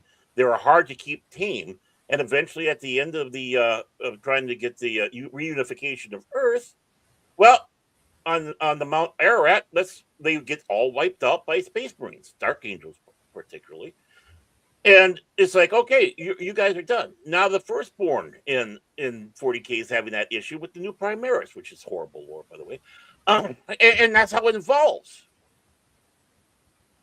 The Jem'Hadar are not a people to Dominion. They're a tool. And just like the Vorta. The Vorta were a subprimal species that the Jem'Hadar genetically manipulated to give them the knowledge and experiences that they would eventually gain, but still, even they were subservient to the founders. Right. Maybe through genetic tweaking and such, like the clones in the Star Wars prequels. The thing is, they were uplifted from whatever species, whatever it was, but they're still subservient and they're being cloned. So, how much of their reproduction has been screwed up now? Are they a dead species before they were even born? I would say yes, because all of the cloning. You keep cloning one after another. Eventually, that original DNA is gone. Well, it's also isn't stuff like even the makeup like hurting entertainment? I think it is. You look at the Jem'Hadar, Baron. I'm sure. Did you see the makeup on the female Jem'Hadar? Here, I'll bring it up. Guys, I just ate. Please, I want to keep my lunch done. The only thing that she's missing is the coffee cup that goes, shh, a Jem'Hadar is speaking. Oh, trust me, with what the character was saying in the first episode, she's pretty much saying a Jem'Hadar is speaking. Yeah, you can tell right away. I mean, here's a perfect picture, Baron. Let me bring it up here. I mean, a lot of this stuff, Baron, if anything, it's become embarrassing, man. Right. What's happened to Trek, Doctor Who, the list goes on and on and on and on and on. Let's. There it God. is. I haven't seen that picture, but I don't like Jem'Hadar speaking now. Jem'Hadar makeup has never been gray, so I'm just like, it's a weird shit. I know I did it already on a previous episode Not of that I remember. Pop Talk, but I'm going to bring up a Deep Space Nine Jem'Hadar. I'm going to try to find the best quality picture I can. Yeah. Now, maybe I'll give them this. Maybe there was some manipulation that's going along, and maybe there's some low color defects that come across some of them. Okay, But maybe. the thing is maybe, just maybe. I'm just throwing it out there. No, because no, that's not a bad. Just like Mike was saying, there was a Jemadar who was able to beat the Ketracel White. But the thing is, it's not that a normal. I will bring up that Jemadar. Hey, there we go. Oh, you can hear her screeching right now. God, oh, it's like fingernails over the chalkboard. Just look. That's what that picture is right there. That's fingernails on a chalk. Well, if you've actually heard the actress speaking, it is like fingernails on a chalkboard. No, I haven't. But I'm going to share it. Look at that. Look at all that Jemadar who had weaned himself off the Ketracel White. He was still struggling because his body depended on it. But he had an abnormality that 99% of the other Jemadar didn't have. And another thing too, Cash. Remember, she's also part Klingon too, so she's not going to have that. So how do we mix that with a Klingon? Okay. Yeah, Cash. You know that, part Klingon. Yeah, she's a Klingon Jemadar. That doesn't. Is there anything in the lore? Okay. No. There's nothing in the lore, Cash, about a Klingon Jemadar hybrid. Give me a. There have been human Klingon hybrids. Yeah. Look at that makeup, though. Look at the detail on that. I mean, it's so weird and interesting. It's cool. That's Cash. That's Cash before he gets his first cup of coffee. Look at that. And there's the new one. Yeah. And then they have to show that picture, but you look at the other one, just that picture of the first Jemadar, and he's just like thinking. This one, it's like this one's already screeching at you. It's just it all fits. I don't know. It's because crazy. because Jemadar don't screech. No. That's exactly what they are. Right. They're stoic. They're machines. They act like machines. They're basically half flesh Klingon, machines. half Jemadar. Give me a break, man. Yeah. Well, I think it's in the episode The Dias Cast. I could have the episode name wrong, but it's when Worf and Garrick are in that Dominion detention facility in the Gamma Quadrant. Worf has to fight that one Jemadar, and that Jemadar actually grants Worf mercy. He says, "I yield to this Klingon. I cannot beat him." Because Worf will not give up. I might have seen that. They're red warriors. And then the Vorta says, "You will kill him now."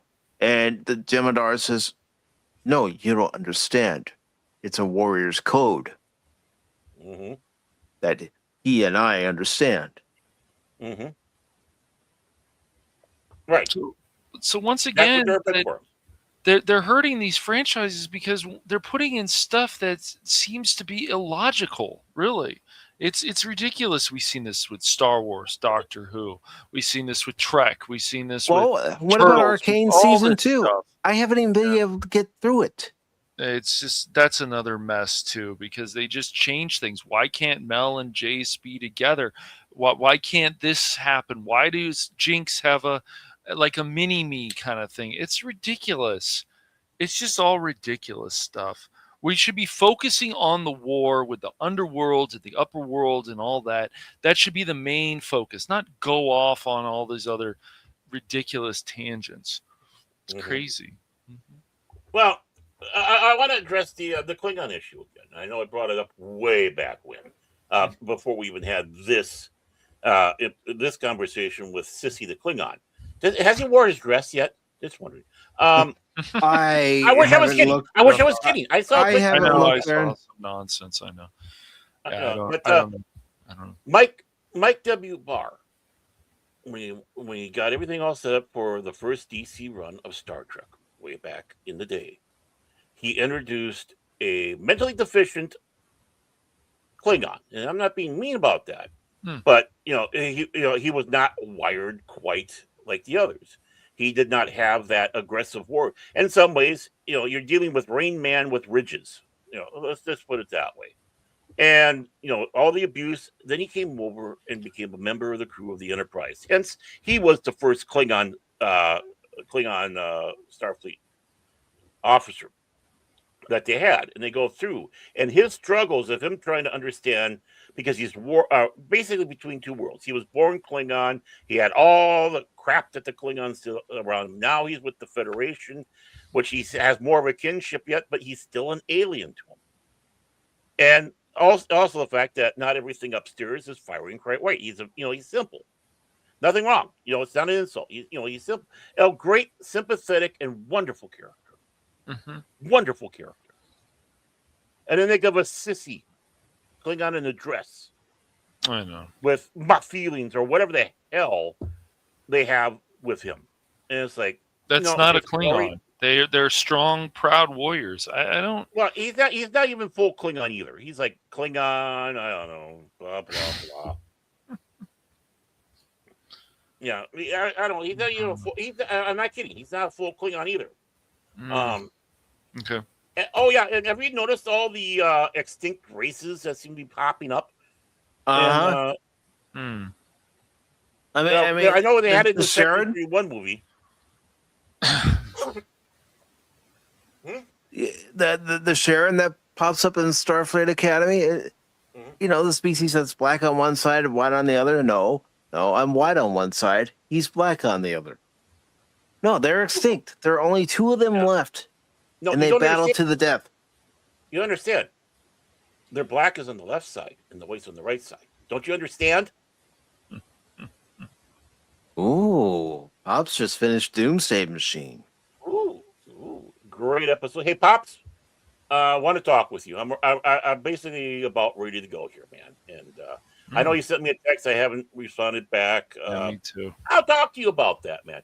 But yeah, we got to talk, man, because he wants to do something where woo type of thing. Mm-hmm.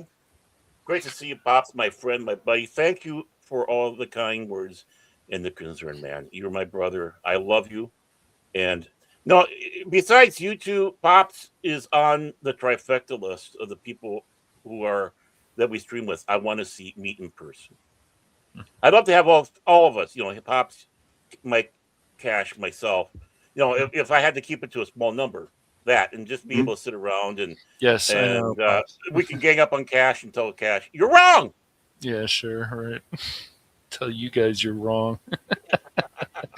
But no, that's the one other thing that really bothers me also about entertainment, and I'm going to have to start putting out some more of these polls out there and says, aren't you guys bothered by this stuff that's just illogical in these franchises?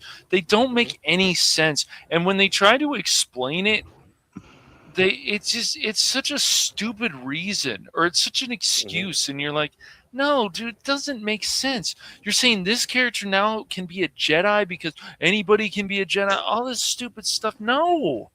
Where is the background for this? No. It again goes back to Starfleet Academy. I know we keep griping on that subject. I know I do, at least. It's okay. But Starfleet is supposed to accept the best of the best. And the people that you're seeing in Starfleet Academy wouldn't even qualify for the entrance exam. No, because it's like they got on TikTok and they said, look at me. Love me. I mean, you have that one that says, I think I ate my comm badge. Yeah. No, she wouldn't be in Starfleet. She wouldn't even be accepted to the Academy. Heck, Nog had to convince Cisco to put in a letter of recommendation for him. Yes, he did.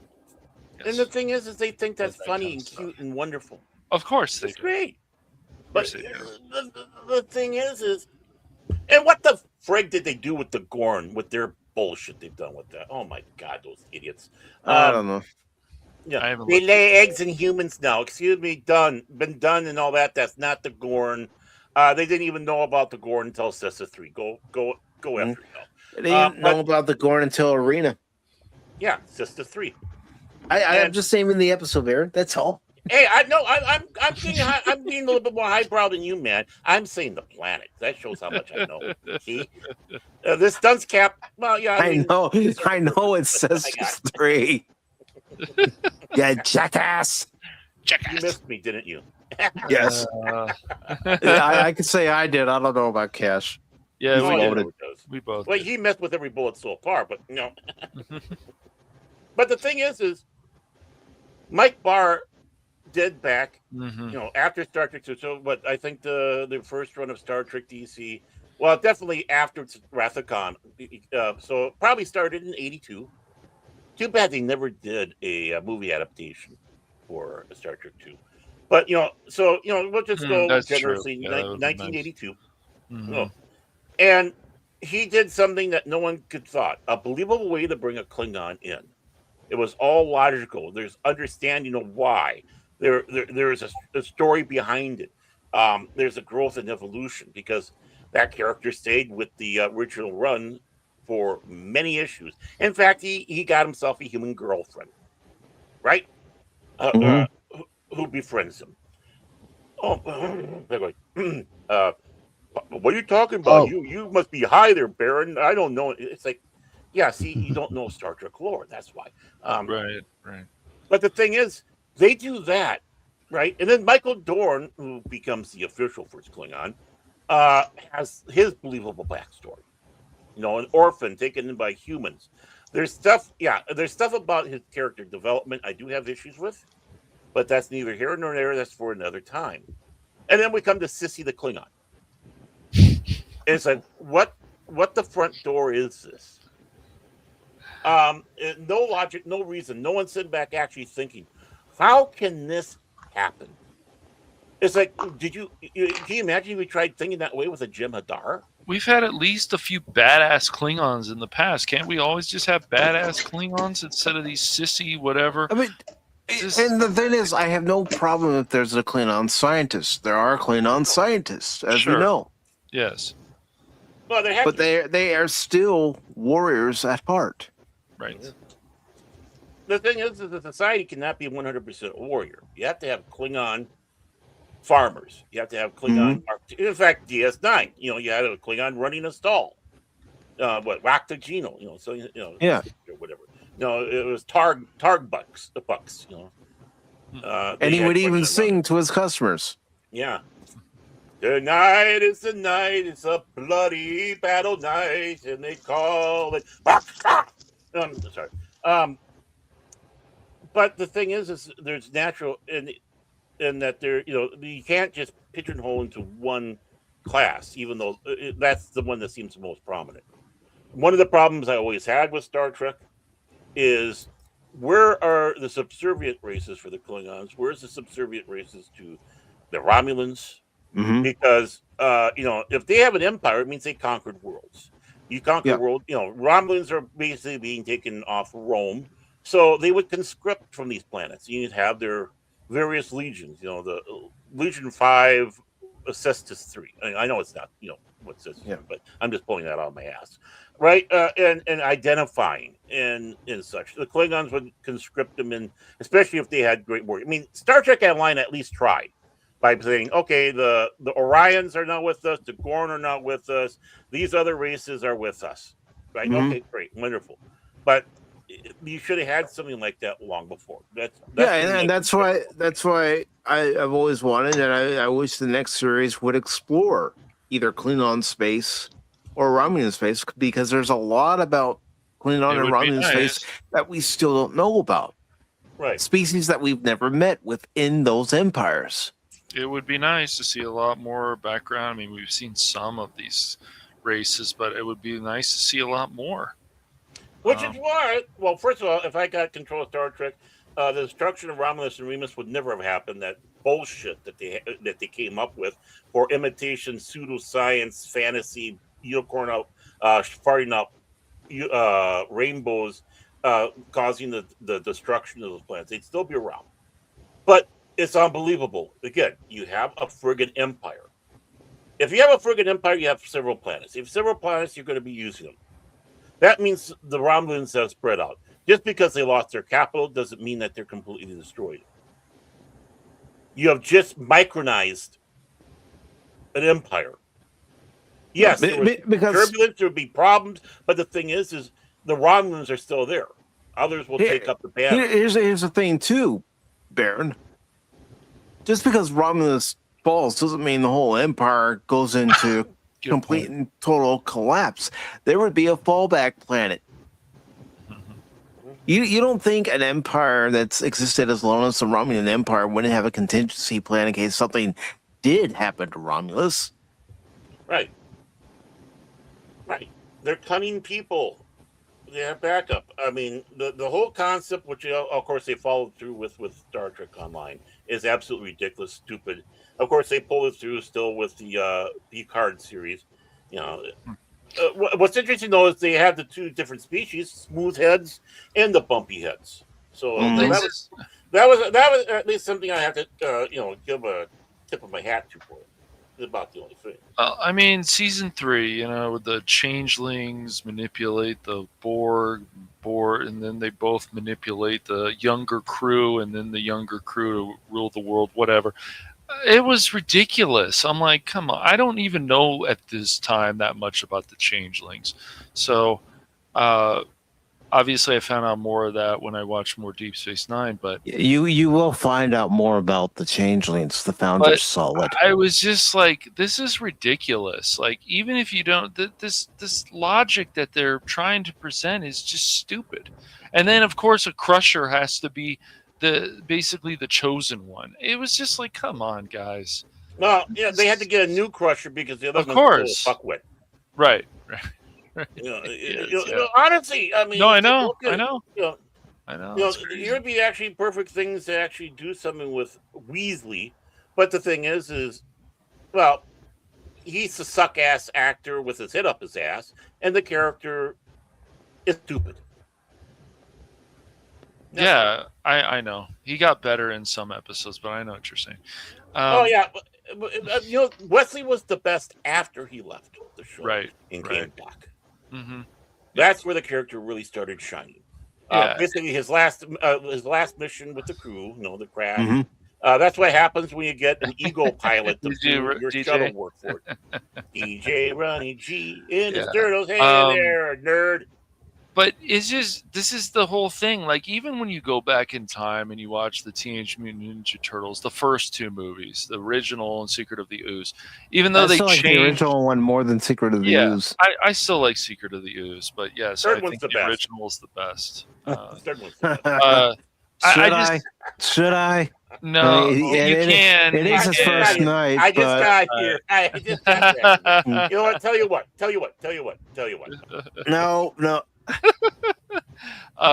Bring yourself back in, youngster. Here, I'll do it for you. The Secret of the Ooze was still a lot of fun, but the first one is still the best. But still, both those movies are very enjoyable. I think.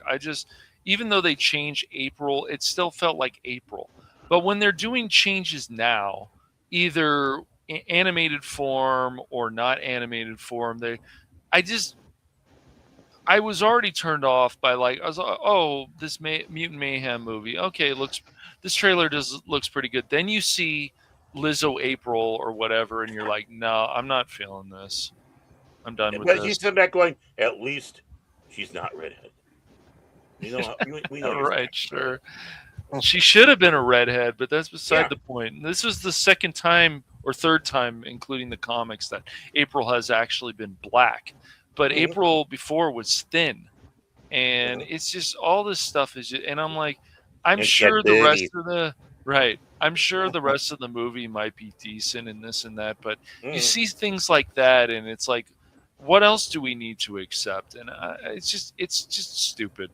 I'm like, because they're insulting April. You don't insult April. April has become an iconic character for many people, just like Laura Croft, just like these other characters. And that's the thing that we just keep seeing. They keep insulting these characters, and then also when they make characters gay, the relationships aren't very interesting at all because it's all about this narcissism crap. Oh, I'm gay. Okay. See, what do you do? Or see, what we need is April and Neil to hook up with DJ Ronnie G because they both have turtle issues. Issues. I mean, can you imagine that being April and DJ? There you go. And she, Well, the redhead, no. the redhead with the boobies, and yeah. Well, the character in Turtles lore does reside in New York, as does Yes. DJ. That's Mhm. true. That is very true. Well, see, there you go. Let me give a few calls there, DJ. I'll see if I can hook you up with a report date or something like that. Yeah, Barrett's gonna hook you up with a cosplayer who's cosplaying as April. Not that, Holy not that shit, that's a have you bad seen thing or something? anything, but hey. I'm just sit back and say, as long as I like turtles. But Turtles. like it's everything. turtles. Like Thrawn, for example. Thrawn is very cunning, and you do not want to mess with Thrawn because he can do mind games on you that probably even get you killed. But the way that they presented Thrawn, he wasn't as cunning. He looked like he had a little bit of a belly in the live action Ajoka show. I'm like, what are we doing? We saw what Thrawn was in the Rebels show. That's Thrawn right there. No, So there live was a lot of action. issues with. Oh, that that's was a lot of issues issues too? with him in Okay. that one too. Okay. I mean, I'll have to look. wait, into you more want into Thrawn? that. Read the Heir to the The Empire Heir to the series, Empire, okay. and then read the duology Okay. that came afterwards. Right. And there's a lot of other books that have Thrawn or. But he was involve still more Thrawn. menacing, man, in the Oh, yeah, Rebels. hell That's the whole thing. I'm like, that's the Thrawn I like. So there was some problems with that. Okay, I guess I could see that. Yeah. Yeah, there were some problems with that, but But again, he was still his a villain. loading. He was still right. I know. And so they change these things, and then it's just illogical. It's the same with everything. I'm surprised the Daleks didn't start waving a LGBT flag around. I mean, it's just. Don't give Russell T Davies any ideas. I mean, when you saw the Daleks, you're like, I oh, hear shit, Russell. they're still I- menacing and scary and shit. Yeah, I hear Russell Davies has a Dalek fleshlight, so he probably does. Oh yeah, exterminate me! Exterminate! Oh, exterminate! Oh, I mean, it's He's just back, like, folks. right. It's just like J. Michael. It's like, oh, let's bring back Babylon 5. No, let's just keep doing animated films. Or it would be really tough for them to do like an actual live action Babylon 5 movie. I think. I mean, yeah, that'd be hard to do. It'd be hard to do because half of the cast is gone. Exactly. So who would fit into these? Yeah, that would be tough. Well, what's And great what would about be the Babylon point? 5? Yeah, go ahead. What's great about Babylon 5 is you have a huge sandbox They to play can't with that. Tree Rock. And we've only really seen 5-6 years of that sandbox with little touches of seeing 1,000 years in the past and 1,000,000 years in the future. Right. But there's a whole open thing. You can continue on, of course, in that universe of Babylon 5 Right. without involving Babylon 5 because it was the True. last station, blew up 20 years after it was built, all that stuff.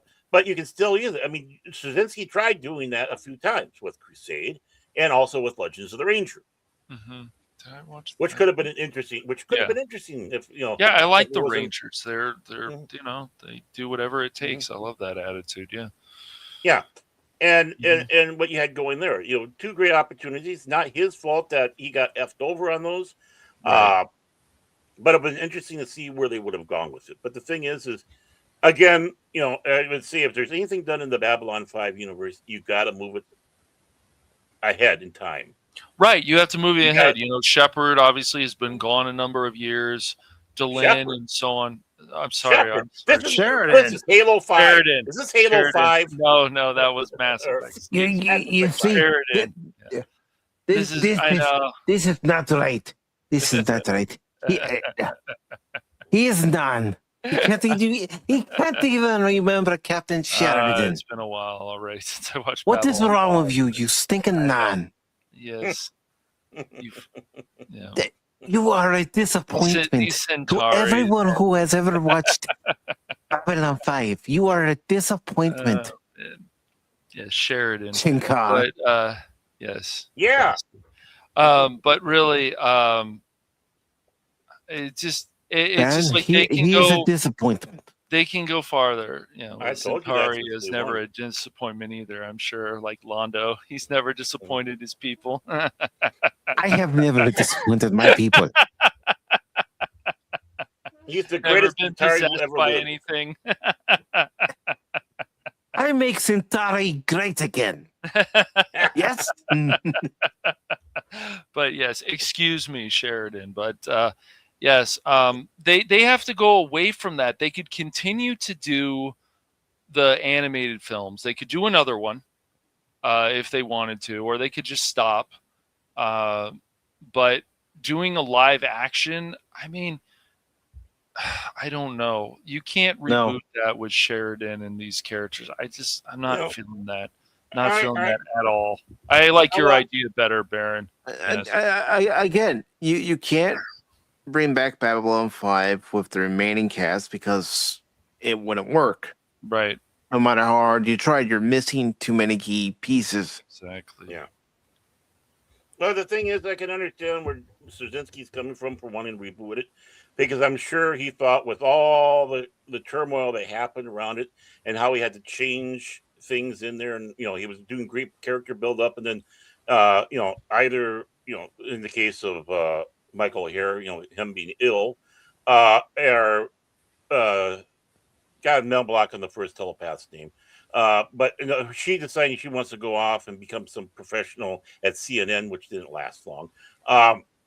Which changed the things that was building up with her. It's like, what would have been if those two characters would have been still around for the whole thing, especially with her getting that gift from Ironheart and whatnot, and of course, Kosh taking an interest in her, and all that across the board, and I can see, and of course, having to abbreviate the show towards the end because he didn't know if he was going to have that season 5 or not. Right.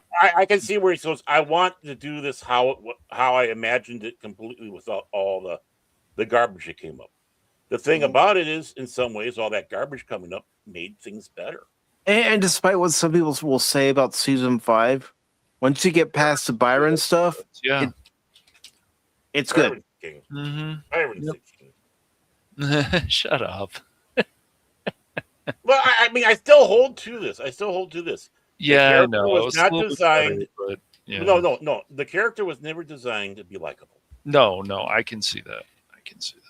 He was not designed to be that, even though he's supposed to be this big charismatic thing. But the thing is, he's being charismatic to Space people Jesus. who've been shat upon. Yeah. Right. The Messiah to all the telepaths have been shat upon. Right. And whatnot. And we start seeing his true colors as it's going along. That's where I sit back and say, if you really start looking deeper into that Byron arc, which was going to be there no matter what, it just happened to be, things moving around because they're going to have their quote unquote telepath war type situation going on. Even the Byron stuff, but you have to sit back and start looking at it from a different angle. And I think that's the big problem. Everyone's so used to, even people who want the deep lore or deep things going on can miss, and it takes a second watching or maybe a third watching until it finally goes, I get it. And it's like, you know what, even the Byron arc isn't that bad. I understand what it is. I understand why it was needed. And Cash, your number one fans here. Hello, Lone Suffering. Hello. Hi, love. We'll bully each other. It's okay. Don't worry about it. She likes I had to. It's funny. I said Shepherd. I meant Sheridan. That's how long it's been since I watched Babylon 5. She sat back and said, "You get on that show right now, young man, because I miss Cash. You need to talk to Cash and see how Cash is doing." Sure, but hey, why is Patty so quiet? But speaking of Babylon 5, shameless plug right here. 2 weeks from tonight, we're watching Babylon 5: The Road Home. Good movie. I don't care what you say, Crit, wherever you are. I know you don't like that film, but I would say it's still one of the better time travel movies we've had in a while. Yes. Yeah, because you're dealing with alternate universes off the lines that they had with the it's tying up some of those loose ends and other things that the possible maybes, just like you heard in those old radio shows like Dimension X. It's just a good, solid movie. Yeah, it's either a 7, 8, whatever you want to say. It's a good, solid movie. It was nice to see something that's connected well with Babylon 5 that people really cared about. Even IGN can't ignore it. They even liked it. So I mean, that's just funny in itself. but it just means that people still care about this stuff. That's because you bribed your old bosses. That's why. Right. My old bosses, yes. And hello to Eric Dome. Hello, welcome Eric. back. Not to be confused with Penguin Dome. 2 penguins enter, 1 penguins leave. I haven't done that for a line low spec in a while. I'm sorry about that, low spec. Well, we haven't had the other one around, so I haven't seen Punk Yeah, Waddle in because a he's while. hiding. He's scared. He's scared of low spec. Ah, that's what happened. Okay. Yeah. I think it's penguin heavy. But yeah, it's just penguin lust. The reason that these topics are going to keep coming up on Pop Talk, wherever else, my channel, whatever, because they don't stop. Yeah, I know. Well, I'm streaming also this stream on my channel as well. But have you been reposting? Have you been reposting those old episodes? Working on it. No, he hasn't. No, he has. I haven't. And now Cap's going, shut up, Mike. No. Bear needs to know. Okay. No, he has not. I figured. I've been waiting blame to see Baron because he's been some gone more of the for a while. older episodes. Oh, no, you can't blame Baron for episodes that you guys had already done that you haven't uploaded to the YouTube channel. I've been a bit lazy about that. I can't say I haven't. Bit? Yeah, a bit. It's like this is a situation like, we're throwing these Rumble only ones that we had because Baron had a nervous breakdown, was sitting in a fetal position for about 3 weeks. Well, I have some other stuff to tell you about backstage, Baron. So right. Yeah. I'm sure we both have stories, man. Yes, right. But no, we the problem is about a lot of stuff is like they're basically insulting the fan base. And once again, these fan bases are the ones that built this stuff. But it was nice to see with Babylon 5 that they're not, you watch the last movie, the animated film, they're not insulting the fan base. It's great. They care. Everybody obviously cares who worked on that animated movie, which is awesome. Well, I'll take this step. J. Michael Straczynski did that not in the sense of caring for the fans. Okay. He did it for caring of the lore. That's fine too. Which is important because he's doing it for the lore. It means it's going to make the fans happy. Right. And that's going to be a big thing. I am going to do this. I'm going to try some stuff out there. Again, I'm not here to be your friend. But I know this universe because I created it. Right. I know how to write in it. I wrote most of the episodes of the original series and drove me to the loony bin. But I know this universe. So I go out there and I'm doing this for the love and the intent for the lore and to continue doing the story, tying up loose ends of the story. That was the concern. And the fact is, if he's doing that, then he knows that the fans will love it or like it. Love or like. Unless you're an orca. And with that, that's the important thing. And that's the thing where I think a lot of these people don't get it nowadays. They're trying to do it for the fans, most of which now, because they've driven real fans away, are the trendies, the mental deficient morons, window lickers, right? Who think that they're the true ones and they can list everything they can do about this new stuff, but can't talk about what came beforehand because they don't want to know, they don't care, that. Right. You get somebody going in there that knows the lore and has the attitude "F you fans," which was kind of interesting because they did that with what Nolan did that. Where they say, we're not doing this. We don't care about the fans. Well, that's an important statement. Then what do you care about? Is it going to be the lore? Is it going to be the story? You're going to try it? Because if that's the attitude that we're going to try to do the best project thing out there, right? We're going to have the fans happy. We're not going to have the fans if we don't do this right. So we're going to do this for the love of this universe, this property. And if we fall into fan service, that's where we start falling into the trap and it starts turning into fanfic. Right. And which basically all the new crap is. Mm-hmm. Everybody's main goal. I don't give a frig if they care about what the fans think or not. Be honest with you. And that's not blackpilling. That's not insulting fans. No, I hold it to one level higher. Do you love the property? Do you love the legend? Mm-hmm. Yes. And if you keep on going and you do it, and yeah, you'll probably flub up here and there. We all do, right? But the thing is, you make it a try, and you keeping in the lane, inside between the curbs. And yeah, you might be kissing the curb now and then. It needs to be done. You need to try something. Yeah. Right. And maybe it'll work. Maybe it's not. If it doesn't work, you got to give them kudos for at least trying. Well, yeah. Well, and I that's think the thing I care about. If they Mm-hmm. if they're main intent and doing the best project ever, and screw the fans attitude. Well, which fans we talk about? Yeah. It's like President's Day, the most worthless holiday we have, right? Oh, we're going to have President's Day. Oh, so we're going to go out there and celebrate the importance of William Henry Harrison, who died in 30 days. Mm. The Grant administration, which was completely, utterly a foobar. Mm-hmm. Our Buchanan, who basically his actions helped start the Civil War, or inactions, we should say. I mean, are we going to go with Harding, who was whoring around, playing poker, and all that fun stuff, living the life of a boss instead of a president? Are we going to celebrate that? No. Then why we're going to try to appease the fans when there's so much out there, and many of them out there are trendies? No. Yeah, no, and that shows the true love to the fan. Yeah, I mean, these the fan base that, if you want to appeal to them, it needs to be the people who are true, who really care about this stuff. And it would also help if these studios and other people would put out more polls, or put out what would you guys like about this? Just to see what they say.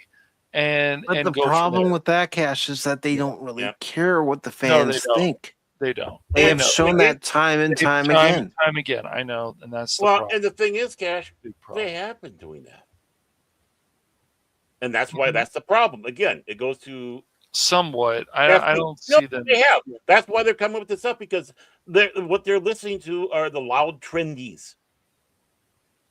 I guess I haven't. That small minority, that's the most vocal minority, that say, I need my representation. I need this in my story. Right. I need that in my story. When it should be organic. I feel all of it should be organic. When Star Trek highlighted an issue, it didn't put it in your face. No, it didn't. It presented it organically. Right. It made you think about it. I mean, let this be your last battlefield. I do say of the original Trek, that was a bit of the in your face, whatever. But that's the exception to the rule of what the original Star Trek. Right. That was a bit of a heavy-handed episode that they had going on there. But the thing is most of the others was sneaky in social awareness and made you think. Yeah, it wasn't trying to. That was the whole point. A lot about this stuff is to make you think. Heck, you could even go back to stuff like Hercules. It made you think. It's crazy, as goofy as that show could be. Right. That's why I don't hold "Let This Be Your Last Battlefield" in a high esteem like so many people out there. Right. The it was done better. Like I got a mental block. You can help me with this, Mike, because you're a good man. But with the Excaliburns and the Lincoln and Sarek and all that they had on that one, basically they were doing the same thing there, but being more sly. I'm not saying that was a perfect episode. No, I'm not. But the thing is they did a better job of basically doing the same thing with "Let This Be Your Last Battlefield." And that's the important thing. Again, they tried. You got to give them kudos. And you had Frank Gorshin and "Let This Be Your Last." Right there, instantly, you heightened the bar right there. You had Frank Gorshin in there. But other than that, again, they tried. I'm not going to be too critical. I'm not going to do a Spock's brain on it. Yeah. But so I mean, and again, it's not because as a fan, I'm saying this as a fan. I'm not insulting fans. And the episode that you're thinking of with Lincoln was the Savage Curtain. Thank you so very much. Which, by the way, going back to Mike W. Barr and introducing the Klingon that became a Federation officer, that came from the first 4 parts of that series, where you had the Excaliburns and the Organians going at it with each other. again, the guy knew the lore and was able to come up with a story for it, and probably did a far better job of representing the Organians, not the Organians, but the Excalibrans, than what we saw in the Savage Curtain. It broadened their history, or in them. No, species building. There we go. We'll call it species building to character building. Well, So- world building too. Yeah, and world building. Yeah, there we go. That's better. World building. But, expanding on them, what they're, of course, it's not a quote unquote official, but it's sure as hell a lot better than anything we've been getting. Even, I hate to say this, in Berman Trek. Some of the stuff they had in those comics were even we better. know Yeah. there are stinkers in Berman Trek. Yeah. Right. And it's not coming hard down on all that, but no one bats us Imaginary out. friend to anybody? I mean, even J. Michael Straczynski, he even admitted himself, yeah, I made a turd. Ray 17 is missing. who would be out there constantly apologizing to fans for that one. I mean, what a guy. What a guy. No. But the What thing a is, waste if of you do Robert know- But Englund. yeah, it's just Yeah, so it funny. was. It's like the fan base that wants to buy your merchandise, buy this. Like, you guys don't ask questions. Like, should we have this goofy stuff in Star Trek or Star Wars or whatever that wasn't there? They don't ask these questions. They just go ahead and do it, or whatever. And then Well- when they see the results and they get mad, it's like, but you did this to yourself. And it's not like how I told you that with Star Trek humor, it's subtle humor, Mm-hmm. Mhm. especially in a piece of the action. It's subtle bits of humor here and there. When Kirk's trying to drive the car, Right. and just the looks that Kirk and Spock give each other. hmm That's Star Trek style humor. Right. And even if you did have a little bit of outrageous humor with Star Trek, it still fit Mhm. because they didn't rely on it. It was just Right. a throwaway thing. Right. It's reality. Right. You can still identify to going, oh my God, that makes sense because it happened to me. You know? Yep. Right. But when you have, everyone's perfect, everybody's perfect. Right. We're Exactly. better than It's all of stupid, you. man. There needs to Right. be. Yep. Mhm. So no, that's why I'm saying, like, they just the fan base that actually really cares about this stuff. They obviously don't care. Fine, then it's just a waste. So then people get mad at them, and then they get mad at them and the fans and other people, and then these other fans get Well- mad at the older fans. It's so stupid because it's like, what do you guys actually know? That's the whole thing. I think at this point, especially, one of the reasons also about entertainment falling apart, guys, is that we need to start asking these writers, these directors, these newer people, what do you guys actually know about this franchise, and how much do you know? Can you tell us what the name of these characters are? And if you forget them, would you look them up? What have you read? What have you watched? How much have you watched? And then they'll go, "Oh, how dare you?" It's like, no, how dare us? I got your This answer. is- Yeah. I got your answer right here, and it's simple. They do know the names. The Dawson's Academy knows the name of the character because they throw all these people on a memorial board, and basically everyone that's on the memorial board is characters from Star Trek. But it's like, why was this person on there? Yeah, we love them as a character. Right. We think they're important as character, but they did not deserve this memorial wall. They weren't Right. giants. As you No. said. No, No. they weren't I mean, curved. and they weren't- what else did Bashir do Right. after Deep Space Nine? We know he There's stayed gotta on be- the station. We Mhm. know he helped cure the changelings. But what Right. else did he do that, was significant enough for Starfleet put him on the wall of heroes? Right. There's a story there. And it's Mhm. believable to think that he had potential to go there, but we never heard the story. Mhm.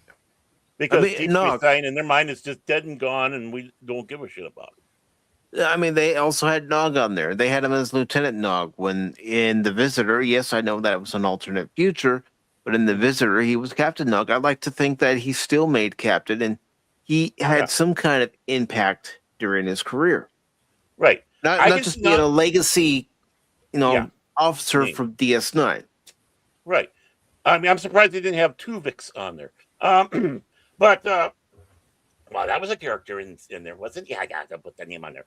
But and that's just it. I can see. Well, Ezra potential was of cute. DJ, come on, man. Well, see, it's just like all Oh, this stuff. Like Dax, she's a trill. She's not transgender, but nowadays they would consider her transgender or him or whatever.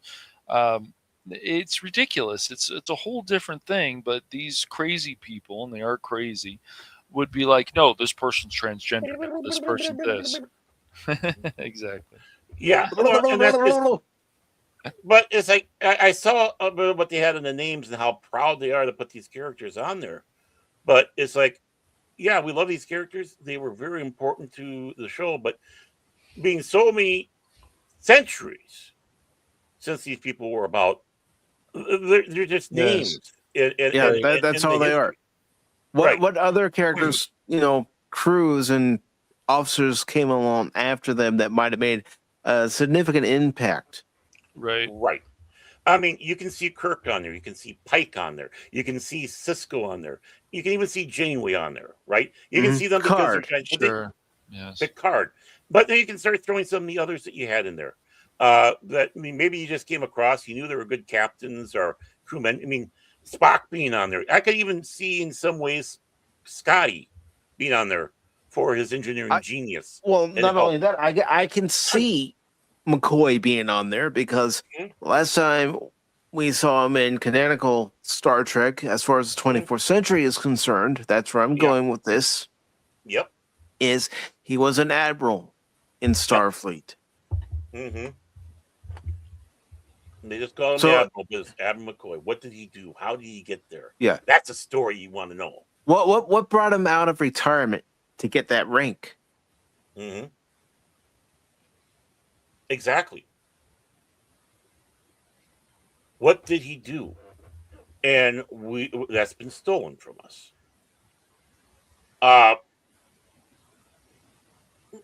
Right. But honestly, Uhura, Chekhov, Captain Terrell even. Captain Terrell was just a captain. A tragic character. Yeah. But what did he do?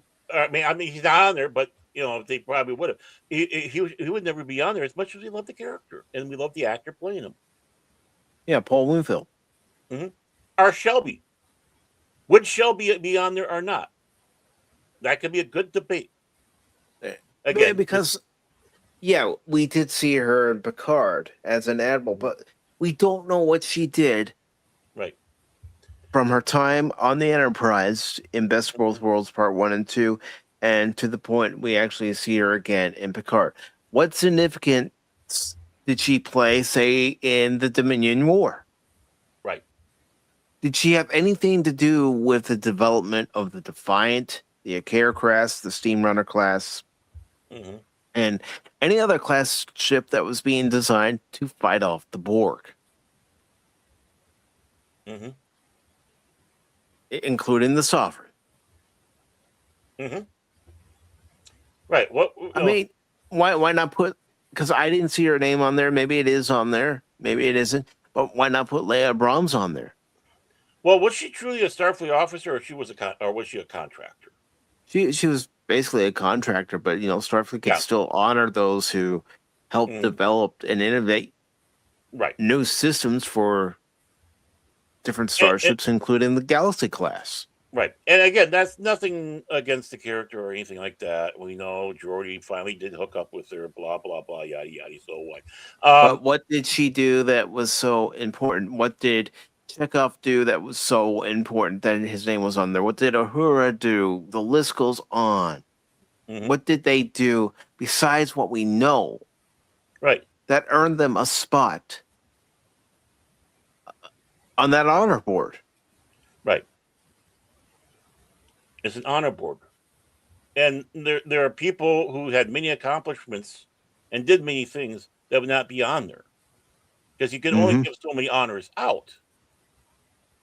Again, not an insult to the character or the people. No. Would Chief O'Brien actually be on there? I don't think so. No. I hate to say it, but no. I got a because question Go ahead. He lives. along these lines. Well, I'm listening and I'm trying to think. I'm like, oh, this would be a good one. Okay, because we don't ever see, or do we see, like the end of the Enterprise's journey? The closest one you could say you see the end of the Enterprise's journey is in the Undiscovered Country with the Enterprise A. Okay. So here's why I ask: with the people you were just mentioning, and what made them worthy of being promoted to the admiral status level or tier level,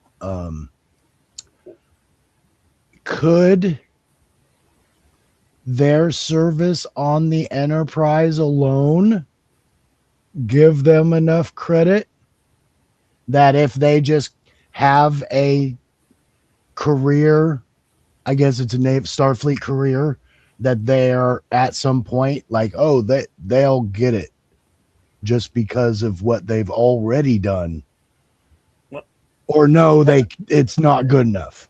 I'm just curious. I don't think that would carry as much weight as we might think it would.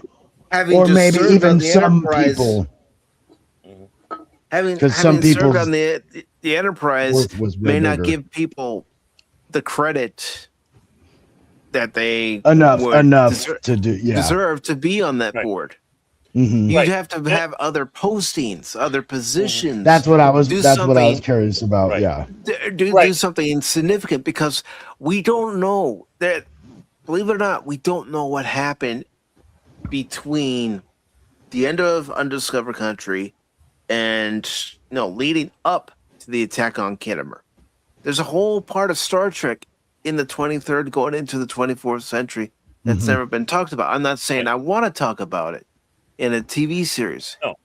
Now I'm curious, is Picard's, once he's off the Enterprise, is he worthy of admiral status in your eyes? Well, this doesn't. Well, first of all, this has nothing to do with being an admiral. It's being on an honor board. Well, I know. I'm just curious, coming from what I know, and it's like, well, it just came about in my head while you all were talking about it. I was like, oh, I'm curious what they think. Yeah, I mean, on an honor board, you could even have simple lieutenant commanders if they had something significant that they did as an honor, maybe a sacrifice of life or whatnot, or they made, for Kirk, obviously, for all the stuff that he did, along with the fact that he basically reluctantly gave us peace with the Klingons, and everything that saved Earth how many times. So automatic in, because far and above, Picard. Well, save with Spock. Automatic in because of what he did during his Starfleet career and after his Starfleet career. So I mean, it's what did you do? Because if you're just going to be there because you're part of the Enterprise, that's a participation trophy. That's what I wanted to know from you guys. Like, right, the ones you didn't know. Is there anybody that's worthy at that point? Do you think you're like, oh, I think this person probably would have been in a way better position, like, because we know Sulu gets to be a captain. Right. It's like, well, did anybody else get to be? Was anybody? We know Riker was a ton of times, but you know what I mean? Like, and Kirk had his first office. I mean, Spock, but Spock didn't captain, did he? Yes, he did. He was more. Was he? Okay, I just didn't know. I was like, I know he becomes ambassador, and he's always been involved in the human Vulcan. But he also became captain. He also became captain because at one point, and this is in Star Trek 2, The Wrath of Khan, Spock is captain of the Enterprise. Even though the Enterprise is training new cadets, he's still captain of the Enterprise, and he relinquishes command of the ship to Kirk. Right.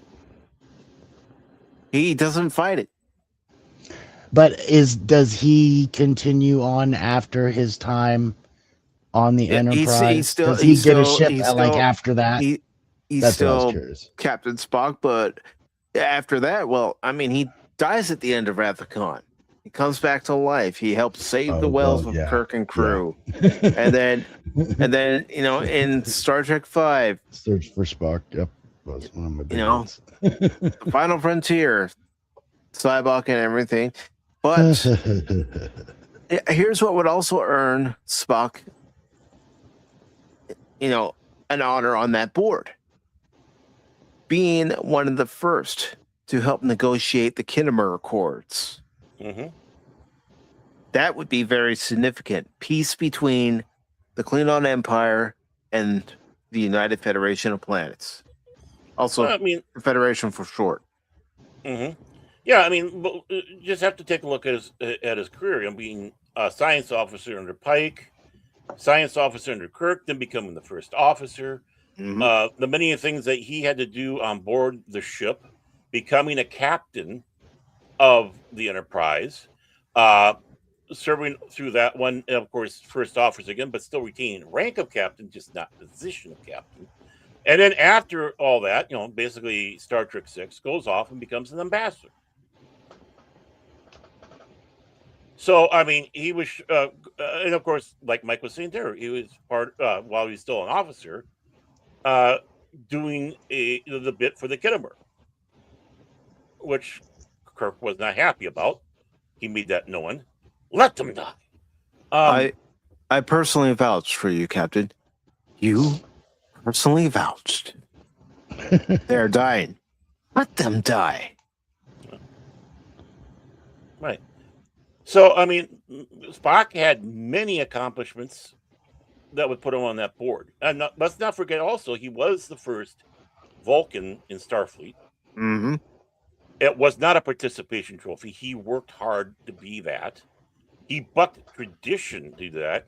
All right, he should have been part of the Vulcan Science Academy, which, which would have been a more Vulcan logical thing to do. But he bucked that, along with being half human, even though he never used it as a crutch, to further his career in Starfleet and becoming a Starfleet and breaking barriers. Doing it the proper way, not just getting the participation trophy. Oh, you got pointed ears? Congratulations. You're now part of us, so we can use you on our promotional. See, we got a Vulcan. I'm not prejudiced. I know a Vulcan on a starship. I mean, Spock is famously saying that logic offers Vulcans a serenity that humans seldom use. Mm-hmm. And we can only imagine with all the stuff that McCoy and the fact that he did become an admiral. McCoy did stuff. He did things and to earn that position on the board. Obviously, Cisco worked on that. Janeway, even though many of the things that she did can be completely questionable, but the thing is she was significant enough, and of course they instantly gave her admiralty when she came back, which is like, that's kind of ridiculous. It's kind of hard to see with Archer because Archer stepped down before it became Starfleet. Well, it was already Starfleet, but he had stepped down before it officially became the Federation. Right. He was there to sign the charter. Yeah, well, he was basically part of USPA. If you want to be honest about it, United Earth Space Probe Agency. That's what they should have called it, USPA. They should have remembered that because it was used constantly. It was still even around in the 23rd century, right?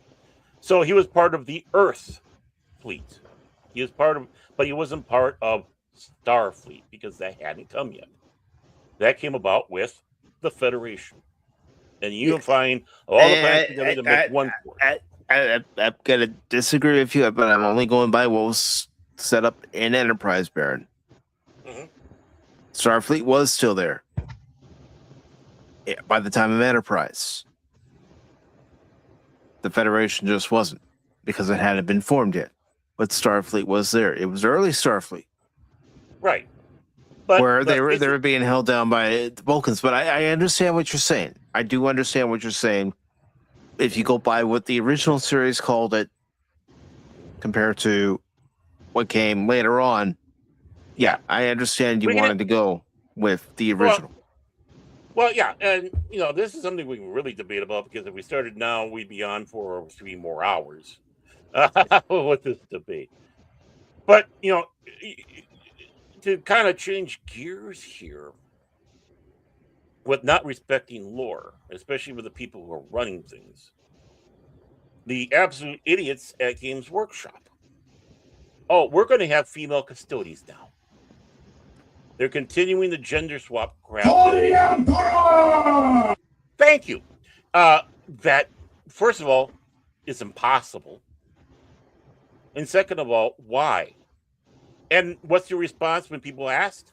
Oh, they were always there. The biggest bullshit answer you could possibly get from somebody who doesn't think and is just following what the trendies want, which is not what the majority of the people in the hobby want.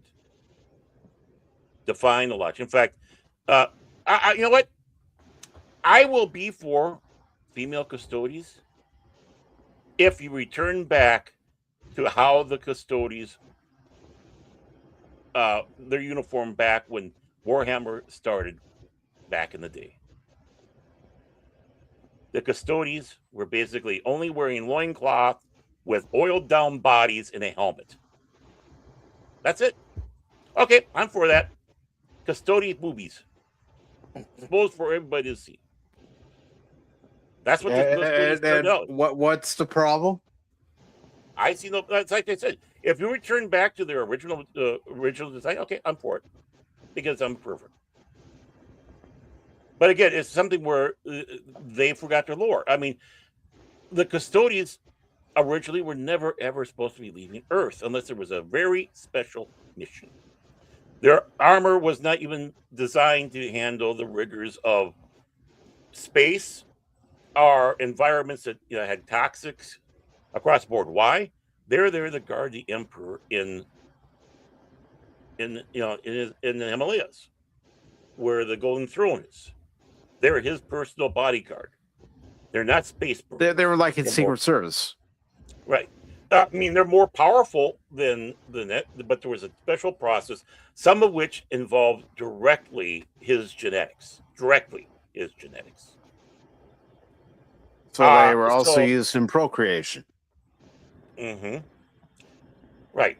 It doesn't mean they have winkies. Well, they might have winkies, but the thing is, just like Space Marines, they don't go around boinking and reproducing. It don't work. With all the chemical changes, all that stuff. So you can't do it. I mean, sexuality is not really a thing in Warhammer. Yeah, it pops up now and then, especially when you're dealing with Slaanesh, but it doesn't pop in there. So why even have it? And of course, the little piss hands go, well, that's because we want more diversity in this stuff. We got Sister Battle. Yeah, but the Space Marines has all these different chapters that blah, blah, blah. The Sisters of Battle have that too.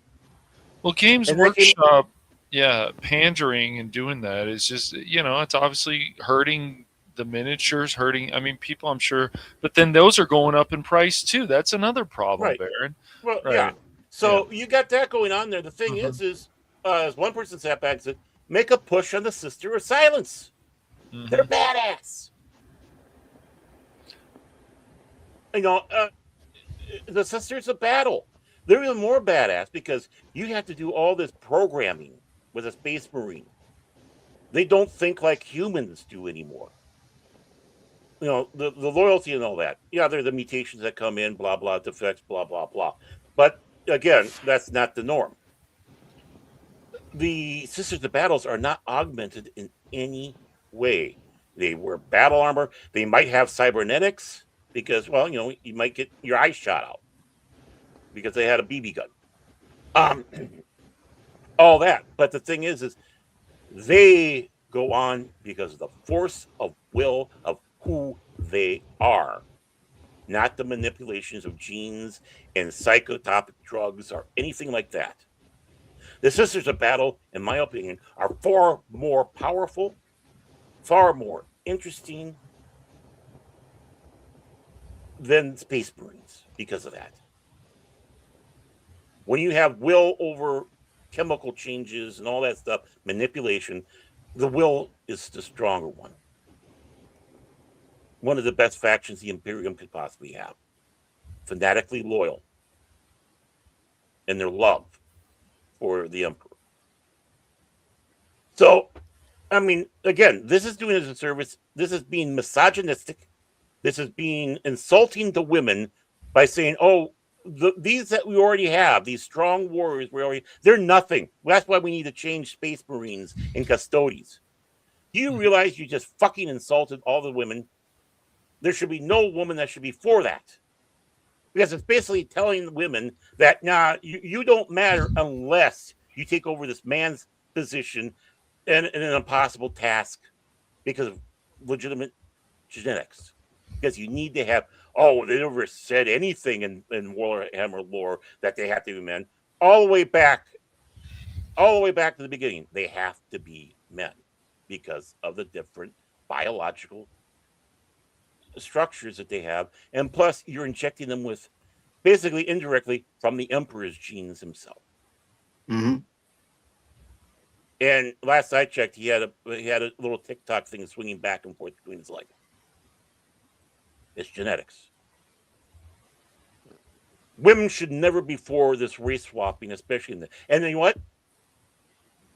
One of the biggest groups that are outraged in Warhammer 40K, but they never want to talk about it because it destroys the narrative. Women. They don't want this. That's the problem with a lot of entertainment. That's part of its downcline. They don't listen to the female portion of the audience. Nope. Mm-hmm. And don't tell me the female portion of the audience doesn't exist. They exist. Of course. But they're not being listened to. My God, there are women out there who are Warhammer lore fans and Warhammer fans that are more frothing at the mouth than I am about trying to keep Warhammer the way it should be. That tells you. Let's face it, these women, they like the game because of the way it was. They took the time to learn it. Well, Warhammer 40K I bet is Lady some of Miss the would like deepest lore ever. Warhammer. But go ahead. Oh, okay. Nope. Sorry, I got lost here for a second. Hi. I blame it on my meds. But you got that recently happened because it's part of all this crap.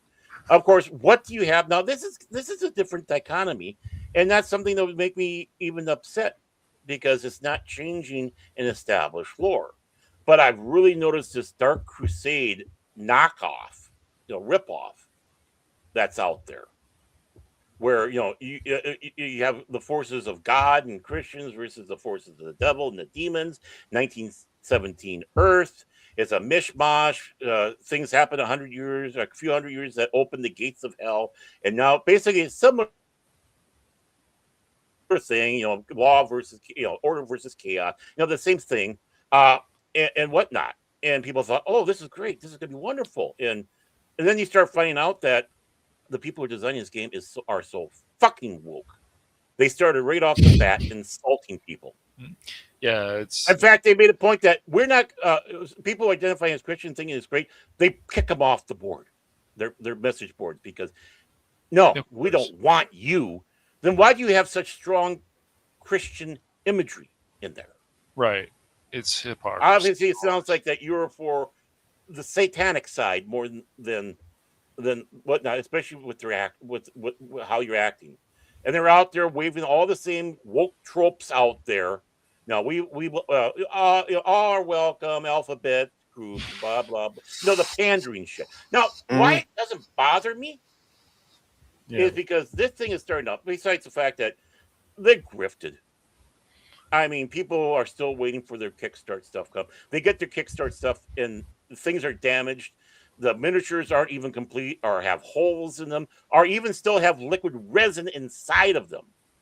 I was going to say, I've heard that some aren't even painted correctly. Yeah. I mean, so they're getting all this stuff, and people have been waiting, and they're asking, and they're saying, "Oh, no refunds." It's like, no. I mean, we've been waiting for so long, and the books that we were supposed to be getting from this Kickstart, they're outdated already. They're not going to help us. You're coming out with a version 2 because you don't know what the hell you're doing. This is the whole thing also, guys, is like Mike just mentioned it also. We already knew this stuff was welcoming to people, but they think that they have to praise this or make this big announcement. You don't have to. You just make something great, and then people will play it. Well, they want to be the woke, of course. pandering. Of course they do. Awfuls, they got the awfuls out there and all the others and the soy boys and stuff. People who don't want to play it. Now, why does this? Now, the question is, Baron, why aren't you so put out by this? Well, it's simple. They're just starting out and they already laid it out. They are not taking an established thing and then insulting everybody of this established thing and telling your long-term base to go fuck themselves. But that's what a lot of these franchises have been doing, man. It's horrible. And what's great is they've shown their stripes already. And Dark Crusade is basically going to be, or what? No, Trench Crusade, I think it is. Trench Crusade. Yeah, isn't Dark Crusade pretty cool, if I remember? Well, Dark Crusade, that's Warhammer. But like I said, this is complete total trying to rip off Warhammer across the board. And I have to confess, if some of those minis come out, and I know they're going to be good, I'll probably get a couple of them. Not for the game, but it's like, oh, this would be good for a different, a different thing, or just a paint, because some of the stuff actually do look good. But everything else, you got to suck. But at least they laid it on the line right away. They've already shown how hostile they are to potential fans. Well, you guys also know, and they've destroyed their own brand before it even was released. Back in yeah, no, it's all good. You guys also know about Games Workshop shunning streamers too. Hey, you can't show this game. You can't do that. Like, that can't be. And there's videos about it. It's crazy. Why would you ever do any of this stuff? These people are acting like communists. They really are. This censorship crap is still a huge virus in our society. Yeah. Well, it's just like Disney and all the others that do their fan stuff, right? Especially if you're monetized, right? Yeah, you're monetized and you're talking. I mean, one of the guys who does a good stuff on it, he got knocked off, his channel terminated, but he was able to get it back. Thank God. I can't remember who the guy is again, but it's like, and no real answers why, and they won't give you answers. That's that's the thing. They won't give you an answer. They won't even give you an answer if your channel gets flagged for reused content. You have to guess what video could have been, what short could have been that caused YouTube's algorithm to flag it. Now, this wasn't a Midnight's Edge situation where it was completely whatever. They just took monetization away, right? And this guy is so big that this monetization is an important part of his income. Of course. And he works hard for it. Right. Right? And all of a sudden he gets that before Christmas. I think the day before Christmas. He gets that lovely thing from YouTube. And it's like, why? Because Games Workshop sees these people making money off of this. That's right. And they're jealous. They're jealous, and it's the money. There was also another one. I'm sure you heard about this, where there was somebody that was receiving high amounts of super chats, and then the person decided, you know what, I'm taking back all those super chats, and now this particular creator owes YouTube that money.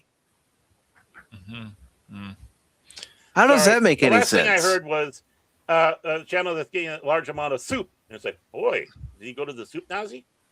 Well, right. Super chat. Super chats. A lot of that. Super chat. That's okay. I figured it was super chat. I just found it funny when it's a large amount of soup. It's like, boy, is this Cat Timph? It's just... It's the other thing that's also hurting entertainment is you have these people, even like us, who have a lot of passion for this stuff, and even people who have taken it a few steps further, and then they get shunned, like that guy who was making that 1989 Batman film game. Yeah, he gets shunned. I think game based off the 1989 Batman film. Yep, it's just. It's crazy that gets shunned. You see these other people, this person who did this wonderful Dragon Ball Z fan movie. Hire these people. Like, are you kidding me? This is hurting entertainment too. Hire these people who are so passionate and love this. I don't care if it's Cowboy Bebop. I don't care what it is. Hire these people. It just seems to make sense. I know someone that wants to do Star Trek fan films. Yes. And I've told him you have to make them 15 minutes. Mm-hmm. You're not allowed to make them any longer. It has to be 15 minutes. They cannot be monetized in any way, shape, or form. However you feel about George Lucas, he was always like, yes, I want people to make fan films. Yes, I want people to conceive this. People that are smart, especially with their company, they want to encourage the fans. Now we're seeing also, this is another thing that's hurting entertainment. We don't want these mods. We don't want this game on PC. If we put this game on PC, they're going to make nude mods. Dude, they're going to make nude mods any ways. That's just how the world is. Yeah. I mean, real quick, I just wanted to hear what Baron go ahead. was going to say on that about what I had mentioned about the friend that wants to do his Star Trek fan films, but I've told him you got to keep it at 15 minutes. If I remember right, you have to keep it to 15 minutes, and you want to stretch the story out, so you can only do so many episodes on that story arc too. 15 minutes, 15 minutes, and then you can't you can only do then you have to move on or something like that. Then you have to move on, right? And again, it comes down to the fact is these assholes, these idiots, don't understand this is the greatest thing for your franchise. They're keeping it alive. They're getting new fans. They're doing your work, and they're paying out of their own money pockets, their own money to do this. That's right. Yeah, they might have a Patreon for others to join along, or whatever the other donations to help it. Right. But the thing is coming out of all the money. I suppose though, if you do a good enough job ass kissing, you can be like James Cawley and have all your stuff become official. The official shit tour. But that stuff was coming out of his money. Is it worth it to sell your soul like that, though, Baron? I don't think it is. I don't think it is, but there are people out there that see the payday, and yes, that's the first thing they'll do. See, the big difference between Cawley and Manana is this. He wants money. He's one of the top, in the category of one of the top Elvis impersonators, even though he's older than Elvis was when he died. And he's tried doing other stuff with it, but the Star Trek one, he does have a love for Star Trek, a desire and stuff like that. But, and this is not an insult to Cawley. This is an insult, not at all. But he's more, he says, I can make a living off of this and I'll sell my soul. It means I'm not going to be doing any more fan films anymore because that's part of the stipulation.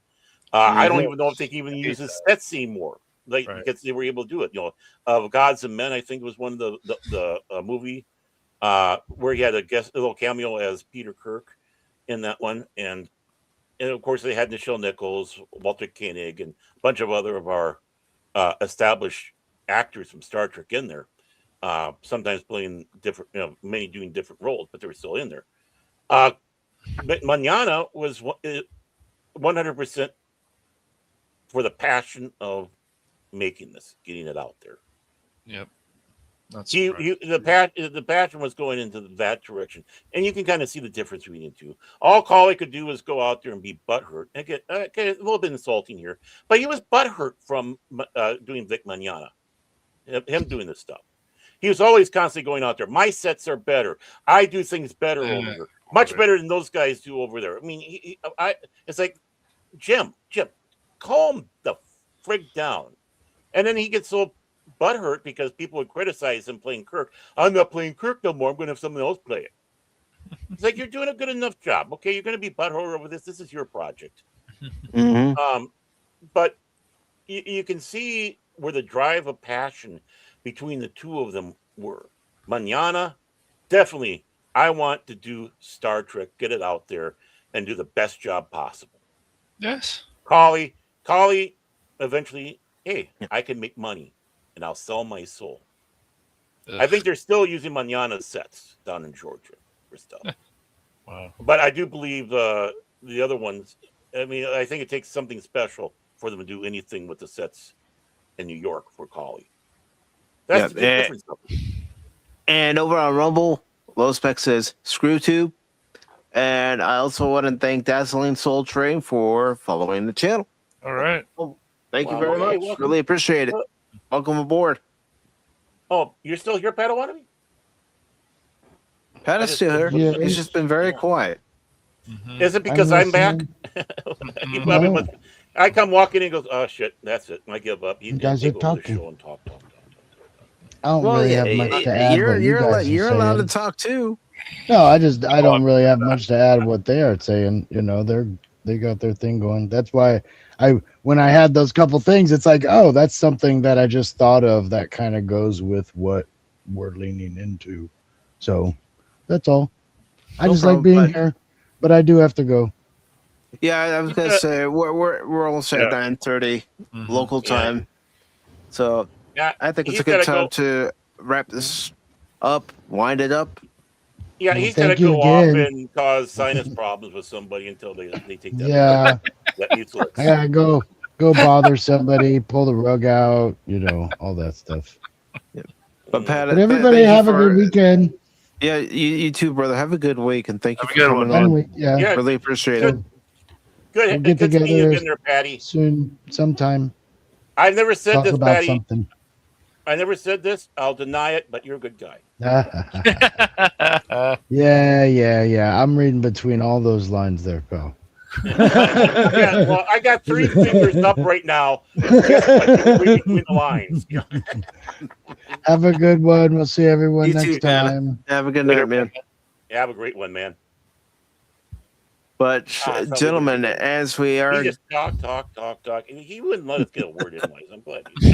I'm glad he's gone. But gentlemen, as we are about to wrap up the show, is there anything either one of you gentlemen would like to promote? Sanity. Yeah, sanity is always a good one. I agree.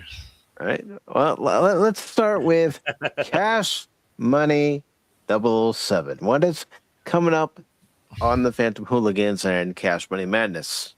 All right. Let's see. Well, last week or just a few days ago, we were. Yeah, I was trying waiting for my horse, you son of a bitch. We were trying to find the horse. I was geared up, ready to go. I had my gear packed on my horse. I was ready to go. Yeah. Did we have issues with Evil West? Yes. We didn't get started with Evil West, Baron. I was waiting where some bitch told me to wait. I was on my horse, and he didn't show up. He ghosted you. What a bastard. No, we talked about that before. Some stuff went on, but no, we should be ready to go Friday and stuff. So yeah, you best not be lying to me, son. I hope we're ready. Everything should be good. So unless I am ready, son. It's you I worry about. I know. I worry about myself too. Remember, when we get to Felicity in that boss battle, we gotta keep talking and rolling, take our shots when we can. Yeah. What we did last week is we were going to play it, and then Mike had a suggestion. Hey, maybe we should test this, make sure things are working. So that's what we did last week, Baron. That's why I used my brain power for the year. So we did that. So now that we know everything works. Well, yeah, go ahead. I somehow I can really identify and understand that. Yeah, we had to. Well, dude, these games started not working, Baron. It was like Marvel Rivals used to work fine on medium settings. Then new patches screwed it up. All this stuff screwed it up before this worked. So it's ridiculous. So we said, well, we better try this Evil West and see if there's any problems. And Mike and I were like, okay, it looks like things are good. So we're happy about that. But yeah, wait until you play the game. The ghosts will come out and get you. We're gonna. We also. It's good to practice this stuff before you go on stream because you forget things and you haven't played in a while. So, yeah. So we should be ready to rock that on Friday. 6. I kind of forgot about 7. this. I think 7. I think 7 p.m. would be good. So yeah, I kind of forgot about how doing the streaming stuff goes. Yeah. Don't well, worry, you will. don't worry. I'll help you. I'll help you. We'll help you out, man. You can forget if you haven't done it in a while. Like, what do I do? Yeah. But yeah, so we got. I mean, there's an entire thing. I just sat there, just listening. You guys going, "What do I do? What do I say now?" Okay, I'll just sit over. I'm not gonna. So, okay, so right now, I would say the Evil West thing, and yeah, just that for Friday, and that should be good, unless there's some problems, some power outage, some nonsense. I don't think there will be, but you never know. Go McCracken's, Yes, Battle Wannabes, but Anima. I figure, Mike, as long as everything's good, we'll do it at like 7 p.m. my time. Does that sound good to you? That's fine and dandy with me. Just understand that I might start a stream over on Rumble Friday at 6 and just, lean into yours. That's fine. Understand he might fall asleep too that late. He might fall asleep. What's going on? You okay, Mike? Hello? No, but is 7 usually like a good time, like my time to start? I'll be honest, it's kind of late. It's kind of late on the East Coast. Did you like right? Did you like 6:30 better that we did, or did you feel that was a little bit too late too? 8:30 would work better for me, but that's me. I know your schedule is completely different. That's why I'm just letting you know ahead of time. I might schedule a Rumble only stream for Friday just to do something to keep my mind going. Okay. So when we get into Evil West, I'm not going, hey, Cash. Oh, okay. But would you guys, would you want those like gaming streams to be a bit earlier, like maybe like 6 or 5:30 my time? Would that be better for you guys? Hey, why don't we make the sausage off screen, because this will go for 3 hours. Yeah, and people don't want to watch sausage being made. No. Right. I don't care how good the sausage is. That's right. I made sausage. Trust me, I'd rather eat it than make it. Right now, until Wednesday, I'll probably have more information about some other streams. But right now, let's just get this Evil West thing going for Friday. All right. Yeah. Ooh, boo, boo, boo. And what's about you, Baron Olmentag? I'll be hanging out with Spock, just doing our thing. If they do another one on YouTube, maybe I'll join in with the Spock Brigade. Other than that, I didn't even plan on coming on today. I just said, you know what, fuck it, I'm gonna bother the guys. So, and we'll talk. Again, sausage making behind the scenes. We'll talk. Yeah, and Tree Rock, I have a game lined up that I'm gonna play after Half-Life, but you guys aren't gonna find out till Tuesday after I beat Half-Life, because I'm gonna beat that game. Gonna beat it with a hammer. Careful. Actually, I don't want to damage my computer. You'll just take the drive out and let it on and smash it. That's what you do. So nothing coming up on Baron Olmentag's Fandom Legacy? Like I said, I didn't even plan on coming in here today, but it's like, you know what? Fuck it. All right. Well, I said, you know what? I haven't tortured these guys in a while. I need to come back. I need to torture the people in the chat. Torture everybody. I understand. But as far as what's coming up on the channel, 6 p.m. Eastern, all start times for this week for YouTube and Rumble. As far as the scheduled streams are concerned, Tuesday, I'm going to finish Half-Life. I don't care what anybody says. I'm going to finish that damn game. He's going to do it. How long it takes me. And he can do it. I have been practicing offline. Song of Doom. Test your might. I have been practicing a little bit of offline, so I'm about as ready to go as I can be. And like I said, I'm going to finish that damn game. So if I get a little angry, a little mouthy, I snap at somebody, don't take offense to it.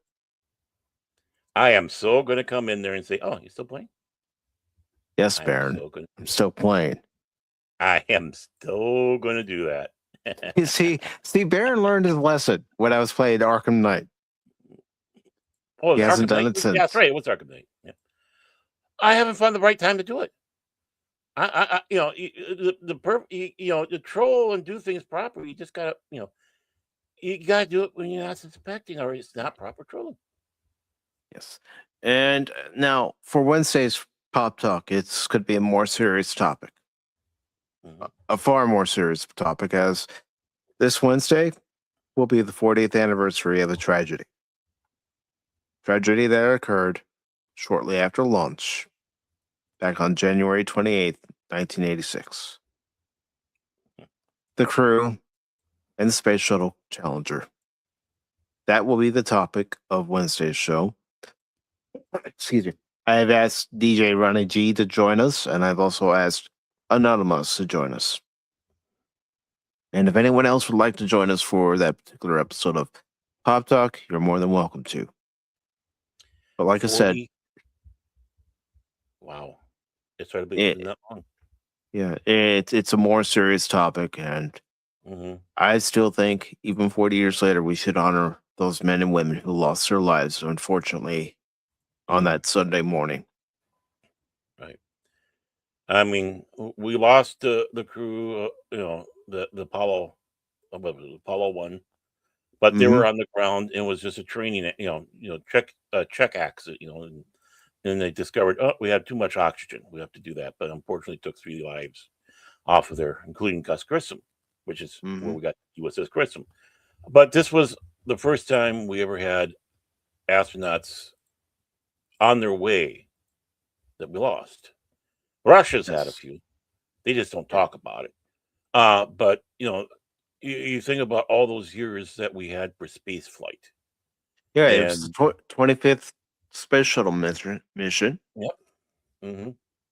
And yeah, I mean, boom. I mean, sadly, unfortunately, when Columbia happened, it didn't have the same sting, unfortunately, because, it obviously was different. They were coming back in, they were going out, but it's again, 7 astronauts, a space shuttle, and I think a lot of people just kind of forget or ignore Columbia. But yeah, understandable, because a lot of different things about this flight is why it really impacted home. And we can talk more about it on Wednesday. I'm not going to turn it into the show right now, but yeah.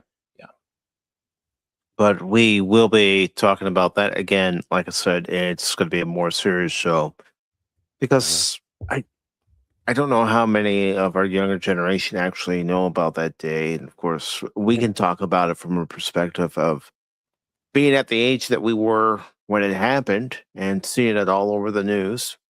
And of course, I do have something that I will be showing near the end of that broadcast. And I think, and I hope that Lady Miss, Cash, and Baird know where I might be leaning, because there was a ray of light on a day in 1988 after that Challenger incident. That unfortunate disaster, but we will be talking about that, excuse me, on Wednesday at 6 p.m. Eastern for YouTube and Rumble. And then Thursday, I'll be playing more Mass Effect on YouTube and Rumble at 6.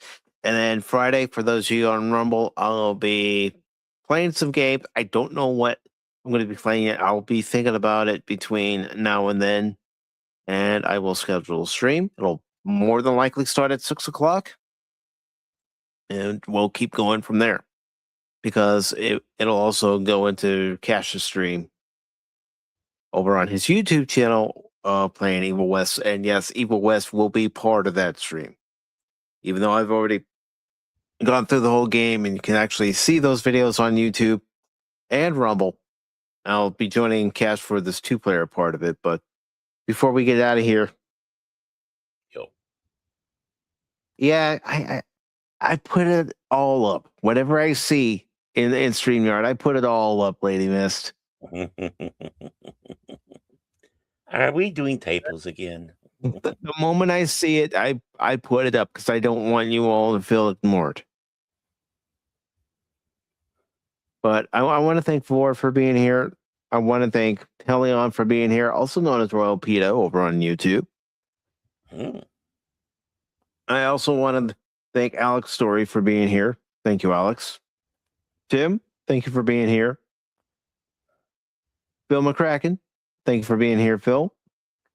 Oh, I just want to say one thing. Phil McCracken is very unique because, of course, through the Christmas season, he started going, yeah, blue lights are not Christmas lights. And yeah, we know it's blue. And it's like, we agree with them. And he still wants to argue the point. It's like, we agree. That's Phil for you. That's Phil. Just want to point that out. But of course, I do want to thank Lady Miss. Always appreciate you being here, Lady Miss. Thank you very much. Godzillionaire, thank you for being here, brother.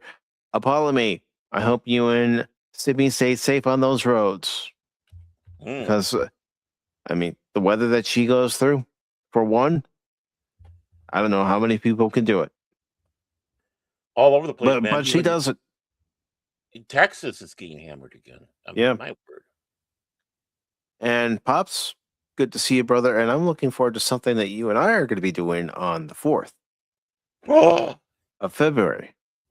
Ooh. But I'm not at liberty to say what that is. You're taking over my job over there. I knew it. Well, trust me, I'm the Baron from Timu. I thought that was Cash. Of course, DJ, thank you for being here. The Long Suffering, thank you for being here. Eric Dome, thank you for being here. And Lester San Jose, the Skeptic Tank, or Lester San Jose Skeptic Tank Obsessions, however you know him. Thank you for being here, Lester. Really appreciate it. Still have a hard time with low spec Linux. And Lady Miss says, I don't agree with anyone because I'm a pain in the ass. Well, I'm a pain in the ass too because I'm ready for a fight. It's like, good. Hey, my sweet Lady Mist. You've insulted my honor. My sweet Lady Mist, I agree. There's a conundrum going for you. He's back, Lady Mist. And speaking of one of Wednesday's guests, Anonymous. Anonymous. Do it. I've been gone so long. Anonymous.